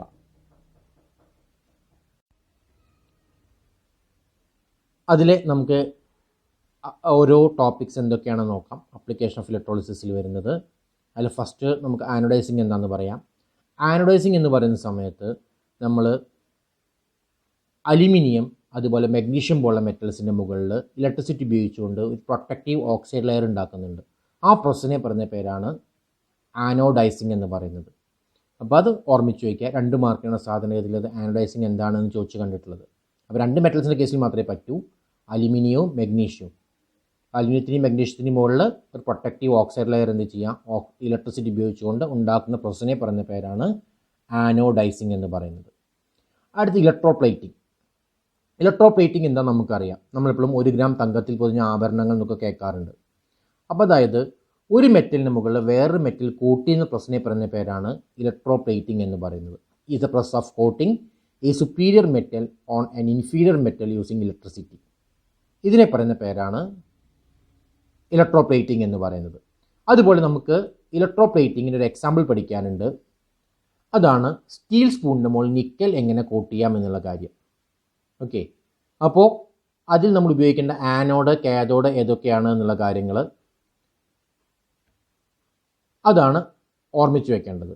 ഇപ്പോൾ ഒരു ഇലക്ട്രോലിറ്റിക് സെൽ ഉണ്ടാക്കണമെങ്കിൽ നമുക്ക് വേണ്ട വസ്തുക്കൾ എന്തൊക്കെയാണെന്ന് എന്ത് ചെയ്യുക, ആദ്യം ആലോചിച്ച് വയ്ക്കുക. നമുക്ക് സാധാരണ ഇലക്ട്രോ പ്ലേറ്റിംഗ് ചെയ്യാൻ വേണ്ടി വേണ്ട വസ്തുക്കളാണ് നിക്കലാണ് കൂട്ട് ചെയ്യുന്നത്. അത് പ്യുവർ നിക്കൽ, അതിനെ ആനോഡായിട്ട് എടുക്കുക. അടുത്തത് വേണ്ടത് സ്റ്റീൽ സ്പൂണാണ്. സ്റ്റീൽ സ്പൂണിനെ കാഥോഡായിട്ട് വയ്ക്കുക. ഇലക്ട്രോലൈറ്റായിട്ട് നമുക്ക് കൂട്ട് ചെയ്യേണ്ടത് നിക്കൽ ആയതുകൊണ്ട് തന്നെ നമ്മൾ നിക്കൽ ക്ലോറൈഡോ അല്ലെങ്കിൽ നിക്കൽ സൾഫേറ്റോ ആണ് ഇലക്ട്രോലൈറ്റായിട്ട് എടുക്കേണ്ടത്. അപ്പോൾ ഇങ്ങനെ നമ്മൾ എടുത്തു കഴിഞ്ഞ് നമ്മൾ കണക്ഷൻ എല്ലാം നമ്മൾ സാധനം ചെയ്ത പോലെ ചെയ്ത് അതായത് പോസിറ്റീവ് പ്യുവർ നിക്കലിലേക്ക് കൊടുക്കുന്നു, നെഗറ്റീവ് സ്റ്റീൽ സ്പൂണിലേക്ക് കൊടുക്കുന്നു. ഇലക്ട്രോലൈറ്റ് ആയിട്ട് നിക്കൽ സൾഫേറ്റോ അല്ലെങ്കിൽ നിക്കൽ ക്ലോറൈഡോ എടുക്കുന്ന സമയത്ത് ആനോഡിലുള്ള നിക്കൽ Na2+ ആയിട്ട് സൊല്യൂഷനിലേക്ക് വന്നുകൊണ്ടിരിക്കും. ദെൻ ആ Na2+ നേരെ നെഗറ്റീവ് ഇലക്ട്രോഡിലേക്ക് പോവും. അതാണ് കാഥോഡ്. അവിടെ സ്റ്റീൽ സ്പൂൺ ഉണ്ട്. അവിടെ വെച്ച് Na2+ 2 ഇലക്ട്രോൺസിനെ സ്വീകരിച്ച് സാധാരണ മെറ്റലായിട്ട് മാറി ആ സ്പൂണിന് മുകളിൽ ഡെപ്പോസിറ്റ് ചെയ്യും. അപ്പോൾ ഇതാണ് സാധാരണഗതിയിൽ എന്തിനുണ്ടാവുന്നത്, ഇലക്ട്രോ പ്ലേറ്റിങ്ങിൽ നടക്കുന്ന പ്രോസസ്സ് എന്ന് പറയുന്നത്. അപ്പോൾ ആനോഡ്, കാഥോഡ്, ഇലക്ട്രോലൈറ്റ്, അതുപോലെ സെൽ റിയാക്ഷൻസ്, ആനോഡിലും കാഥോഡിലും ഉണ്ടാകുന്ന റിയാക്ഷൻസ് ഏതൊക്കെയാണെന്ന് ഓർമ്മിച്ച് വയ്ക്കുക. ആ ഡയഗ്രവും ഒന്ന് വരച്ച് വയ്ക്കുക. അടുത്തത് റിഫൈനിങ് ഓഫ് മെറ്റൽസ് ആണ്. മെറ്റൽസിനെ എങ്ങനെയാണ് ശുദ്ധീകരിക്കുക എന്നുള്ളത് നമുക്കറിയാം. വൈദ്യുതി കടത്തിവിടണം എന്നുണ്ടെങ്കിലൊക്കെ എപ്പോഴും മെറ്റൽ, ഇപ്പോൾ കോപ്പർ എടുക്കുകയാണെങ്കിൽ കോപ്പറൊക്കെ 100% അല്ലെങ്കിൽ 99.9% പ്യുവർ ആയിരിക്കണം. അപ്പോൾ കോപ്പറിനെ എങ്ങനെ ശുദ്ധമാക്കി എടുക്കാം എന്നുള്ളതാണ്. നമ്മൾ നേരത്തെ പറഞ്ഞ പോലെ നമുക്ക് എന്ത് ചെയ്യാൻ പറ്റും, ഇലക്ട്രോലൈറ്റിക് സെൽ ഉണ്ടാക്കിയെടുക്കാൻ പറ്റും. അവിടെ ഇലക്ട്രോലൈറ്റ് എന്ന് പറയുന്നത് കോപ്പർ സൾഫേറ്റ് ആണ്. പ്യുവർ കോപ്പറിൻ്റെ റോഡ് നമ്മൾ കാഥോഡായിട്ട് വയ്ക്കുന്നു. ഇംപ്യുവർ കോപ്പറിൻ്റെ റോഡ് ആനോഡായിട്ട് വയ്ക്കുന്നു. നേരത്തെ പറഞ്ഞ റിയാക്ഷൻ പറഞ്ഞ പോലെ തന്നെ ഇംപ്യുവർ കോപ്പർ ആനോഡിലുണ്ടാവുന്ന ഇംപ്യുവർ കോപ്പറിന് ഓക്സിഡേഷൻ ആദ്യം സംഭവിക്കും. Cu gives Cu2++2 electrons. അങ്ങനെ അത് ഇലക്ട്രോലൈറ്റിലേക്ക് വന്നുകൊണ്ടിരിക്കും. ആ Cu2+ നേരെ പ്യുവർ കോപ്പറിൻ്റെ അടുത്തെത്തും. പ്യുവർ കോപ്പറിൽ സംഭവിക്കുക, പ്യുവർ കോപ്പറിലേക്ക് വരുന്ന സമയത്ത് Cu2++2 ഇലക്ട്രോൺസ് ജോയിൻ ചെയ്ത് സാധാരണ കോപ്പറായി മാറുന്നു. അത് ആ റോഡിനോട് പറ്റിപ്പിടിക്കും. അപ്പോൾ ഇലക്ട്രിസിറ്റി പാസ് ചെയ്ത് കഴിഞ്ഞ് നമ്മൾ കുറച്ച് സമയം കഴിഞ്ഞ് പോയി നോക്കിയാൽ നമുക്ക് കാണാൻ പറ്റും ഇംപ്യുവർ കോപ്പർ കംപ്ലീറ്റ് ആയിട്ട് മെൽറ്റ് ചെയ്ത് പോയിട്ടുണ്ടാവും. അതിലുള്ള പ്യുവർ കോപ്പർ കംപ്ലീറ്റ് നമ്മുടെ പ്യുവർ കോപ്പർ കാഥോഡിൽ പറ്റിപ്പിടിച്ചിരിക്കുന്നത് കാണാം. ഇംപ്യുവർ കോപ്പറിലെ വേസ്റ്റ് കംപ്ലീറ്റ് ആനോഡ് മഡായിട്ട് എന്ത് ചെയ്യാം, താഴെ കിടക്കുന്നത് കാണാൻ സാധിക്കും. ഇത്രയാണ് റിഫൈനിങ് ഓഫ് കോപ്പർ പറയാനുള്ളത്. അപ്പോൾ ഇതും എക്സാമിനേഷൻ ഇമ്പോർട്ടൻ്റ് ആണ്, സ്ഥിരമായിട്ട് ചോദിക്കാറുണ്ട്. അപ്പോൾ ഇലക്ട്രോ പ്ലേറ്റിംഗ് അതുപോലെ റിഫൈനിങ് ഓഫ് കോപ്പർ, ഈ രണ്ട് കാര്യങ്ങളും എക്സാമിനേഷൻ സ്ഥിരമായിട്ട് ചോദിക്കുന്ന കാര്യങ്ങളാണ്. അടുത്ത് പറയാനുള്ളത് ടൈപ്സ് ഓഫ് സെല്ലുകളാണ്. Primary cell, secondary cell, fuel cell. അതുപോലെ എന്ത് ചെയ്യാനുണ്ട്, നമുക്കതിൻ്റെ എക്സാമ്പിൾസും പഠിക്കാനുണ്ട്. പ്രൈമറി സെൽസ് എന്ന് പറഞ്ഞാൽ സിംഗിൾ യൂസിന് മാത്രം പറ്റുന്ന സെല്ലുകൾ. അതായത് നമ്മൾ ക്ലോക്കിലൊക്കെ ഉപയോഗിക്കുന്ന ബാറ്ററി, അത് സിംഗിൾ യൂസിന് മാത്രമാണ് പറ്റുക. അപ്പോൾ അത് എന്ന് പറഞ്ഞു കഴിഞ്ഞാൽ അവിടെ എന്തായിരിക്കും, റിഡോക്സ് റിയാക്ഷൻ, അതായത് ഓക്സിഡേഷൻ റിഡക്ഷനും ഒരിക്കൽ മാത്രമാണ് നടക്കുന്നത്. അത് കഴിഞ്ഞാൽ പിന്നെ നമുക്ക് ആ സെല്ലിനെ വലിച്ചെറിയാൻ മാത്രമേ പറ്റൂ, ഡെഡ് ആയിരിക്കും സെല്ല്. അത്തരം സെല്ലുകളെ പ്രൈമറി സെൽസ് എന്ന് വിളിക്കാം. അതിന് എക്സാമ്പിളാണ് ഡ്രൈ സെല്ല്, ഡാനിയൽ സെല്ലെല്ലാം. സെക്കൻഡറി സെൽസ് എന്ന് പറഞ്ഞു കഴിഞ്ഞാൽ നമ്മുടെ മൊബൈൽ ഫോൺസിലെല്ലാം ഉപയോഗിക്കുന്ന ബാറ്ററി, അത് നമുക്ക് ചാർജ് ചെയ്ത് വീണ്ടും ഉപയോഗിക്കാൻ പറ്റും. അവിടെ റിഡോക്സ് റിയാക്ഷൻ നമുക്ക് എന്ത് ചെയ്യാം, റിപ്പീറ്റ് ചെയ്യാൻ പറ്റും, റിവേഴ്സ് ചെയ്യാൻ സാധിക്കും. അത്തരം സെൽസിനെ പറയുന്ന പേരാണ് സെക്കൻഡറി സെൽസ് എന്ന് പറയുന്നത്. അതിന് എക്സാമ്പിൾസാണ് lithium ion cell, nickel cadmium battery, എല്ലാം അതിന് എക്സാമ്പിൾസാണ്. അടുത്തത് ഫ്യൂവൽ സെൽസ്.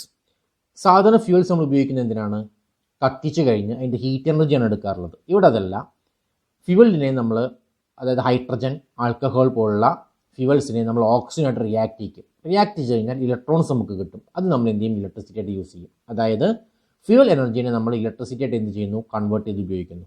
അത്തരം സെൽസിനെയാണ് ഫ്യൂവൽ സെൽസ് എന്ന് പറയുന്നത്. അതിന് എക്സാമ്പിളാണ് ഹൈഡ്രജൻ, ഓക്സിജൻ ഫ്യൂവൽ സെല്ലല്ല. ഓക്കെ, അടുത്തതായിട്ട് ഒരു കമേഴ്ഷ്യൽ സെല്ലിൽ ഉണ്ടായിരിക്കേണ്ട ക്വാളിറ്റീസ് എന്തൊക്കെയാണ് എന്നുള്ളത്. നമ്മളൊരു കടയിൽ പോയിട്ട് ഒരു ബാറ്ററി വാങ്ങിക്കുകയാണെന്നുണ്ടെങ്കിൽ ആ ബാറ്ററിക്ക് എന്തൊക്കെ ക്വാളിറ്റീസാണ് നമ്മൾ എക്സ്പെക്റ്റ് ചെയ്യുക എന്നുള്ളത് വളരെ സിമ്പിളായിട്ട് നമുക്ക് പറയാൻ പറ്റും. ലൈറ്റ് വെയിറ്റ് ആയിരിക്കണം, കോമ്പാക്റ്റ് ആയിരിക്കണം, ട്രാൻസ്പോർട്ടിന് എളുപ്പമായിരിക്കണം, വോൾട്ടേജ് വാരി ചെയ്യാൻ പാടില്ല, ലോങ് ലൈഫ് ഉണ്ടായിരിക്കണം, പൊല്യൂഷൻ ഫ്രീ ആയിരിക്കണം. ഇതൊക്കെയാണ് ഒരു ബാറ്ററിക്ക് ഉണ്ടായിരിക്കുന്ന ക്വാളിറ്റീസ് എന്ന് പറയുന്നത്. ഇനി നമ്മൾ ഓരോ സെൽസായിട്ട് പ്രധാനമായിട്ട് പഠിക്കേണ്ട സെൽസായിട്ട് പഠിക്കാൻ പോവാണ്. അതിലത്തെ ഫസ്റ്റ് വണ്ണാണ് ഡാനിയൽ സെൽ എന്ന് പറയുന്നത്.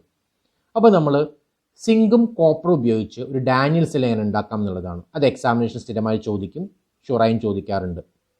അപ്പോൾ നമുക്ക് വേണ്ടത് ഡാനിയൽ സെൽ ഉണ്ടാക്കുകയാണെങ്കിൽ സിങ്കിൻ്റെയും കോപ്പറിൻ്റെയും 2 റോഡുകൾ വേണം. സിങ്കിനെ സിങ്ക് സൾഫേറ്റിലും കോപ്പറിനെ കോപ്പർ സൾഫേറ്റിലും ഡിപ്പ് ചെയ്ത് വയ്ക്കുന്നു. ദെൻ സിങ്കിനെയും കോപ്പറിനെയും എന്ത് ചെയ്യാണ്, ഒരു എക്സ്റ്റേണൽ വയർ ഉപയോഗിച്ച് കണക്ട് ചെയ്യുന്നു. ഇലക്ട്രോലൈറ്റുകളെ സിങ്ക് സൾഫേറ്റിനെയും കോപ്പർ സൾഫേറ്റിനെയും ഒരു സാൾട്ട് ബ്രിഡ്ജ് ഉപയോഗിച്ചും കണക്ട് ചെയ്യുന്നു. ഇങ്ങനെ കണക്ട് ചെയ്യുകയാണെങ്കിൽ ഉണ്ടാവുന്ന റിയാക്ഷൻ ആനോഡിൽ ഓക്സിഡേഷനാണ്. സിങ്ക് ആണ് ആനോഡ്. സിങ്ക് Zn2++ ഇലക്ട്രോൺസ് ആയിട്ട് സൊല്യൂഷനിലേക്ക് ഡിസോൾവ് ചെയ്തുകൊണ്ടിരിക്കും.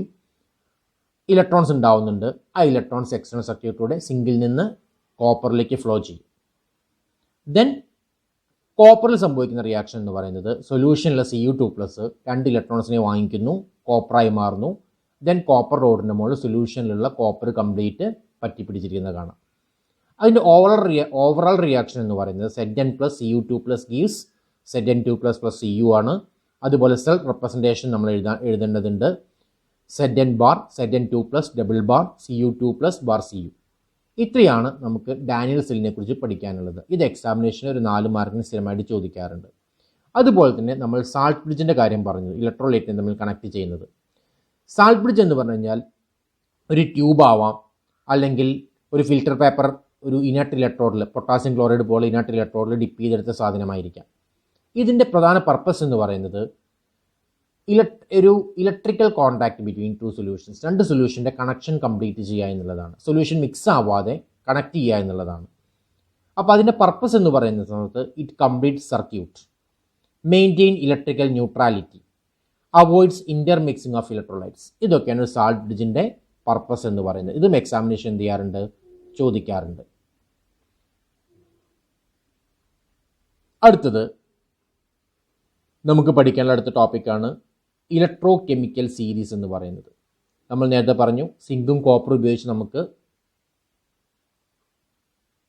ഒരു ഡാനിയൽ സെൽ ഉണ്ടാക്കാൻ പറ്റുമെന്ന് പറഞ്ഞു. സിങ്കും കോപ്പറും മാത്രമല്ല, ഏത് മെറ്റൽസ് ഉപയോഗിച്ച് നമുക്ക് ഡാനിയൽ സെൽ ഉണ്ടാക്കാൻ സാധിക്കും. അവിടെ വേണ്ടത് മെറ്റൽസ് തമ്മിൽ എന്ത് വേണം, ഒരു ഡിഫറൻസ്, റിയാക്ടിവിറ്റിയിലൊരു ഡിഫറൻസ് ഉണ്ടായിരിക്കുക എന്നുള്ളതാണ്. അപ്പോൾ നമ്മൾ എന്ത് ചെയ്തു, എല്ലാ മെറ്റൽസിൻ്റെയും ഇലക്ട്രോഡ് പൊട്ടൻഷ്യൽ കണ്ടുപിടിക്കുകയാണ്. ദെൻ അതിനെ എന്ത് ചെയ്തു, ഒരു ഇൻക്രീസിങ് ഓർഡറിൽ അറേഞ്ച് ചെയ്യുകയാണ്. ആ അറേഞ്ച് ചെയ്ത സീരീസിനെ പറയുന്ന പേരാണ് ഇലക്ട്രോ കെമിക്കൽ സീരീസ് എന്ന് പറയുന്നത്. അപ്പോൾ എന്ത് പറയാം, electro chemical series is arrangement of elements in increasing order of their standard reduction potentials.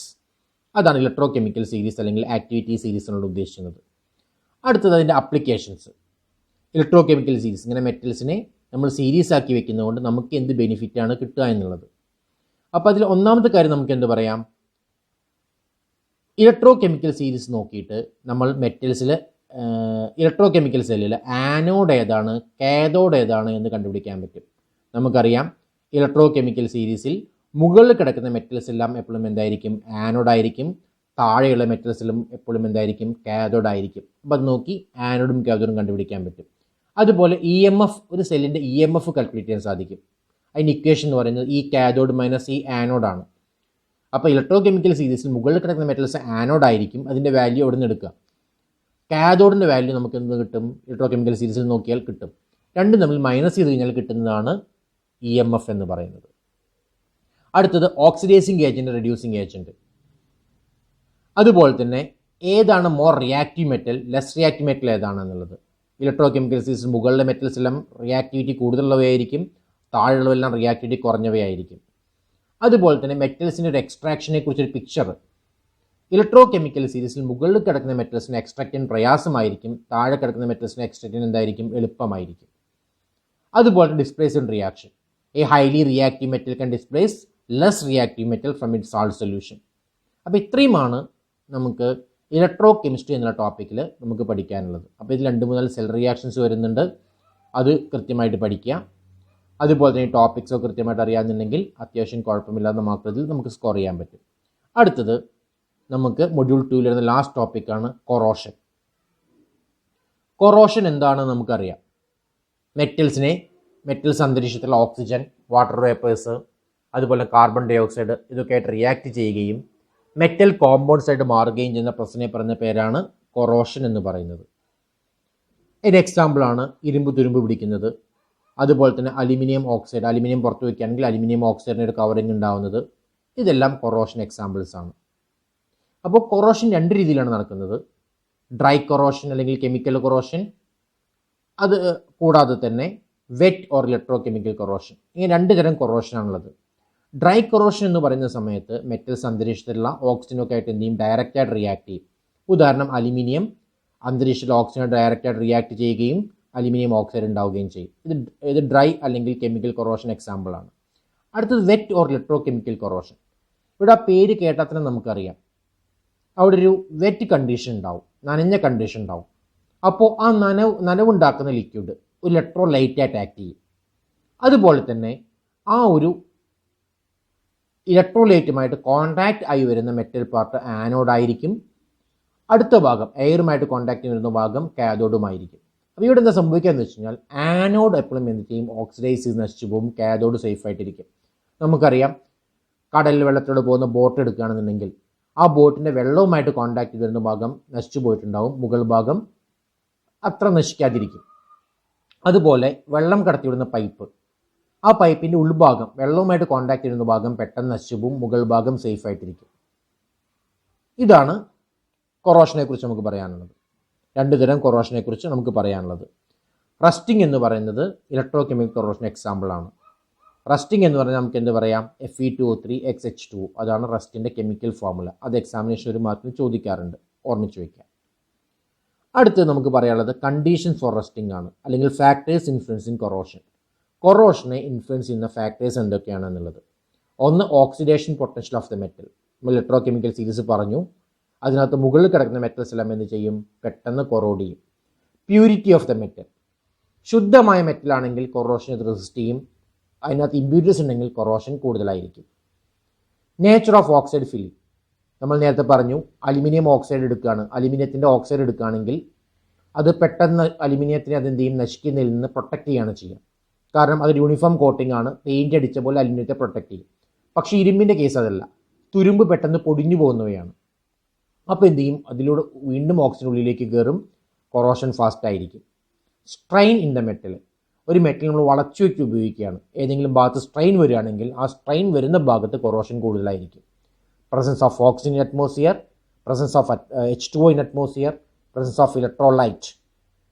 ഇലക്ട്രോലൈറ്റിൻ്റെ presence കൂടുതലാണെങ്കിൽ എന്തായിരിക്കും, കൊറോഷൻ കൂടുതലായിരിക്കും. നമുക്കറിയാം ഡിസേർട്ട് ഏരിയയിൽ, മരുഭൂമിയിൽ കൊറോഷൻ കുറവായിരിക്കും, കടൽ തീരത്ത് കൊറോഷൻ കൂടുതലായിരിക്കും. അതിൻ്റെ കാരണം കടൽ തീരത്ത് വെള്ളവുമുണ്ട്, വെള്ളത്തിൽ സാൾട്ട് കണ്ടൻറ്റും ഉണ്ടാവും, അപ്പം നല്ല ഇലക്ട്രോലൈറ്റ് ആണ്, അപ്പോൾ എന്തെയും കൊറോഷൻ വളരെ ഫാസ്റ്റ് ആയിരിക്കും. ഡിസേർട്ടിലാണെങ്കിൽ അവിടെ ഡ്രൈ കണ്ടീഷൻ ആയിരിക്കും, അപ്പോൾ കൊറോഷൻ പൊതുവെ കുറവായിരിക്കും. അപ്പോൾ ഇതൊക്കെയാണ് കൊറോഷനെ സ്വാധീനിക്കുന്ന ഫാക്ടേഴ്സ് എന്ന് പറയുന്നത്. അടുത്ത് നമുക്ക് പഠിക്കാനുള്ളത് കൊറോഷനെ എങ്ങനെ കൺട്രോൾ ചെയ്യാം എന്നുള്ളതാണ്. പ്രിവെൻഷൻ അല്ലെങ്കിൽ കൺട്രോൾ ഓഫ് കൊറോഷൻ. അതിന് 4 മെത്തേഡ്സ് നമ്മൾ പറയുന്നത്. Maintaining purity of the metal, നമ്മൾ നേരത്തെ പറഞ്ഞു മെറ്റൽ 100% ശുദ്ധമായിട്ട് ഉപയോഗിക്കാൻ ശ്രദ്ധിക്കുക. രണ്ടാമത്തെ പോയിന്റ് അലോയിങ്, നമ്മൾ നേരത്തെ പറഞ്ഞു അലോയ്സിന് കൊറോഷനെ പ്രിവെൻറ്റ് ചെയ്യാനുള്ള കഴിവുണ്ട്, അപ്പോൾ അലോയ്സ് ആക്കി ഉപയോഗിക്കാൻ ശ്രദ്ധിക്കുക. അടുത്ത removal of O2 and H2O from the environment, അന്തരീക്ഷത്തിലെ ഓക്സിജനും വാട്ടർ വേപ്പേഴ്സും റിമൂവ് ചെയ്യാൻ പറ്റുമോ നോക്കുക. പക്ഷേ ഒരു വലിയൊരു ബൾക്കായ ഒരു ഏരിയയിൽ അത് പോസിബിൾ അല്ല. പക്ഷേ നമ്മൾ ഇലക്ട്രോണിക് ഗാഡ്ജറ്റ്സ് എല്ലാം കൊണ്ടുവരുന്ന ചെറിയ ബോക്സിനകത്ത് സിലിക്കാ ജെൽ ഉപയോഗിച്ച് നമുക്ക് എന്ത് ചെയ്യാൻ പറ്റും, അതിനകത്തുള്ള വാട്ടർ വേപ്പേഴ്സിനെ അബ്സോർബ് ചെയ്തെടുക്കാൻ പറ്റും. അങ്ങനെ കൊറോഷൻ പ്രിവെൻറ്റ് ചെയ്യാൻ സാധിക്കും. ദെൻ 4ാമത്തെ മെത്തേഡാണ് ബാരിയർ പ്രൊട്ടക്ഷൻ. ഏറ്റവും കൂടുതലായിട്ട് നമ്മൾ ഉപയോഗിക്കുന്ന മെത്തേഡാണ് ബാരിയർ പ്രൊട്ടക്ഷൻ. അതായത് നമ്മൾ എന്ത് ചെയ്യുന്നു, പെയിൻറ് അടിക്കുന്ന പോലെ മെറ്റൽ സർഫസിനെയും എൻവയോൺമെൻറ്റിനെയും ഇടയ്ക്ക് എന്ത് ചെയ്യാണ്, ഒരു ഫിസിക്കൽ ബാരിയർ ക്രിയേറ്റ് ചെയ്യുക. അപ്പോൾ ആ ഫിസിക്കൽ ബാരിയറിൻ്റെ ഉള്ളിലൂടെ എന്ത് ചെയ്യില്ല, ഓക്സിജനും വാട്ടറിനും ഉള്ളിലേക്ക് കയറില്ല, മെറ്റൽസിനെ കൊറോഡ് ചെയ്യിക്കില്ല. ആ പ്രശ്നം പറഞ്ഞ പേരാണ് ബാരിയർ പ്രൊട്ടക്ഷൻ എന്ന് പറയുന്നത്. അത് നമുക്ക് 3 രീതിയിൽ ചെയ്യാൻ പറ്റും. ഒന്നാമത്തെയാണ് മെറ്റാലിക് കോട്ടിംഗ്, രണ്ടാമത്തെ നോൺ മെറ്റാലിക് കോട്ടിംഗ്, അടുത്തത് ഓർഗാനിക് കോട്ടിംഗ്. മെറ്റാലിക് കോട്ടിംഗ് എന്ന് പറഞ്ഞാൽ നമ്മൾ നേരത്തെ ഇലക്ട്രോ പ്ലേറ്റിംഗ് പറഞ്ഞു, ഒരു മെറ്റലിന് നമ്മൾ എന്ത് ചെയ്യാം, വേറൊരു മെറ്റൽ കോട്ട് ചെയ്യാം. അതെപ്പോഴും നല്ലത് മെറ്റലിൻ്റെ മുകളിൽ മോർ ആക്റ്റീവ് മെറ്റൽ കോട്ട് ചെയ്യുന്നതാണ്. ഇരുമ്പിൻ്റെ മുകളിൽ സിങ്ക് കോട്ട് ചെയ്യുന്നതാണ് കൂടുതൽ നല്ലത്. കാരണം സിങ്കും ഇരുമ്പും കൂടി കോൺടാക്ട് ചെയ്ത് വരികയാണെന്നുണ്ടെങ്കിൽ സിങ്ക് ആനോഡും ഇരുമ്പ് കാഥോഡുമായിരിക്കും. അപ്പോൾ കാഥോഡായിട്ടുള്ള ഇരുമ്പ് എന്ത് ചെയ്യും, കൂടുതൽ സേഫ് ആയിട്ടിരിക്കും, ആനോഡ് നശിച്ചു പോയിക്കോളും. അപ്പോൾ ഇരുമ്പിൻ്റെ മുകളിൽ സിങ്ക് കോട്ട് ചെയ്യുന്ന പ്രശ്നത്തെ പറയുന്ന പേര് ഗാൽവനൈസേഷൻ എന്നാണ്. GI ഷീറ്റ് എന്നൊക്കെ കേട്ടിട്ടുണ്ടാവും, അത് ഒന്ന് ഓർമ്മിച്ച് വയ്ക്കുക ഇതിൻ്റെ കൂടെ തന്നെ. അടുത്ത് non metallic coating. Non metallic coating എന്ന് പറയുന്ന സമയത്ത് നോൺ മെറ്റൽസ് കോട്ട് ചെയ്യുക.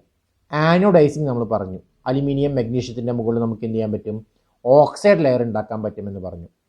അതുപോലെ ആൻറ്റി റസ്റ്റ് സൊല്യൂഷൻസ്, അത് പ്രത്യേകം ശ്രദ്ധിക്കേണ്ടതാണ്. Anti rust solution, alkaline solution of chromate or phosphate, ഇതിനാണ് ആൻറ്റി റസ്റ്റ് സൊല്യൂഷൻ എന്ന് പറയുന്നത്. ഇത് നമ്മൾ സാധാരണ പെയിൻറ് അടിക്കുന്ന പോലെ എന്ത് ചെയ്യും, ഇരുമ്പിൻ്റെ മുകളിൽ അടിക്കും. അപ്പോൾ എന്ത് ചെയ്യും, അത് ഒരു ക്രോമേറ്റിനെയും ഫോസ്ഫേറ്റിനെയും ലെയർ ഇരുമ്പിൻ്റെ മുകളിൽ ഉണ്ടാവും, അത് കൊറോഷൻ എന്ത് ചെയ്യും, ഇരുമ്പിനെ പ്രൊട്ടക്റ്റ് ചെയ്യും. അടുത്ത് ഓർഗാനിക് കോട്ടിംഗ്. ഓർഗാനിക് കോട്ടിംഗ് എന്ന് പറയുന്ന സമയത്ത് പ്ലാസ്റ്റിക് ഉപയോഗിച്ച് കോട്ട് ചെയ്യാം, റബ്ബർ ഉപയോഗിച്ച് കോട്ട് ചെയ്യാറുണ്ട്, ടഫ്ലോൺ കോട്ടിംഗ് ചെയ്യാറുണ്ട്. ഇതെല്ലാം ഓർഗാനിക് കോട്ടിങ്ങിൽ വരുന്നവയാണ്. ഓക്കെ. അടുത്തത് സാക്രിഫിഷ്യൽ പ്രൊട്ടക്ഷൻ അല്ലെങ്കിൽ കാഥോഡിക് പ്രൊട്ടക്ഷൻ.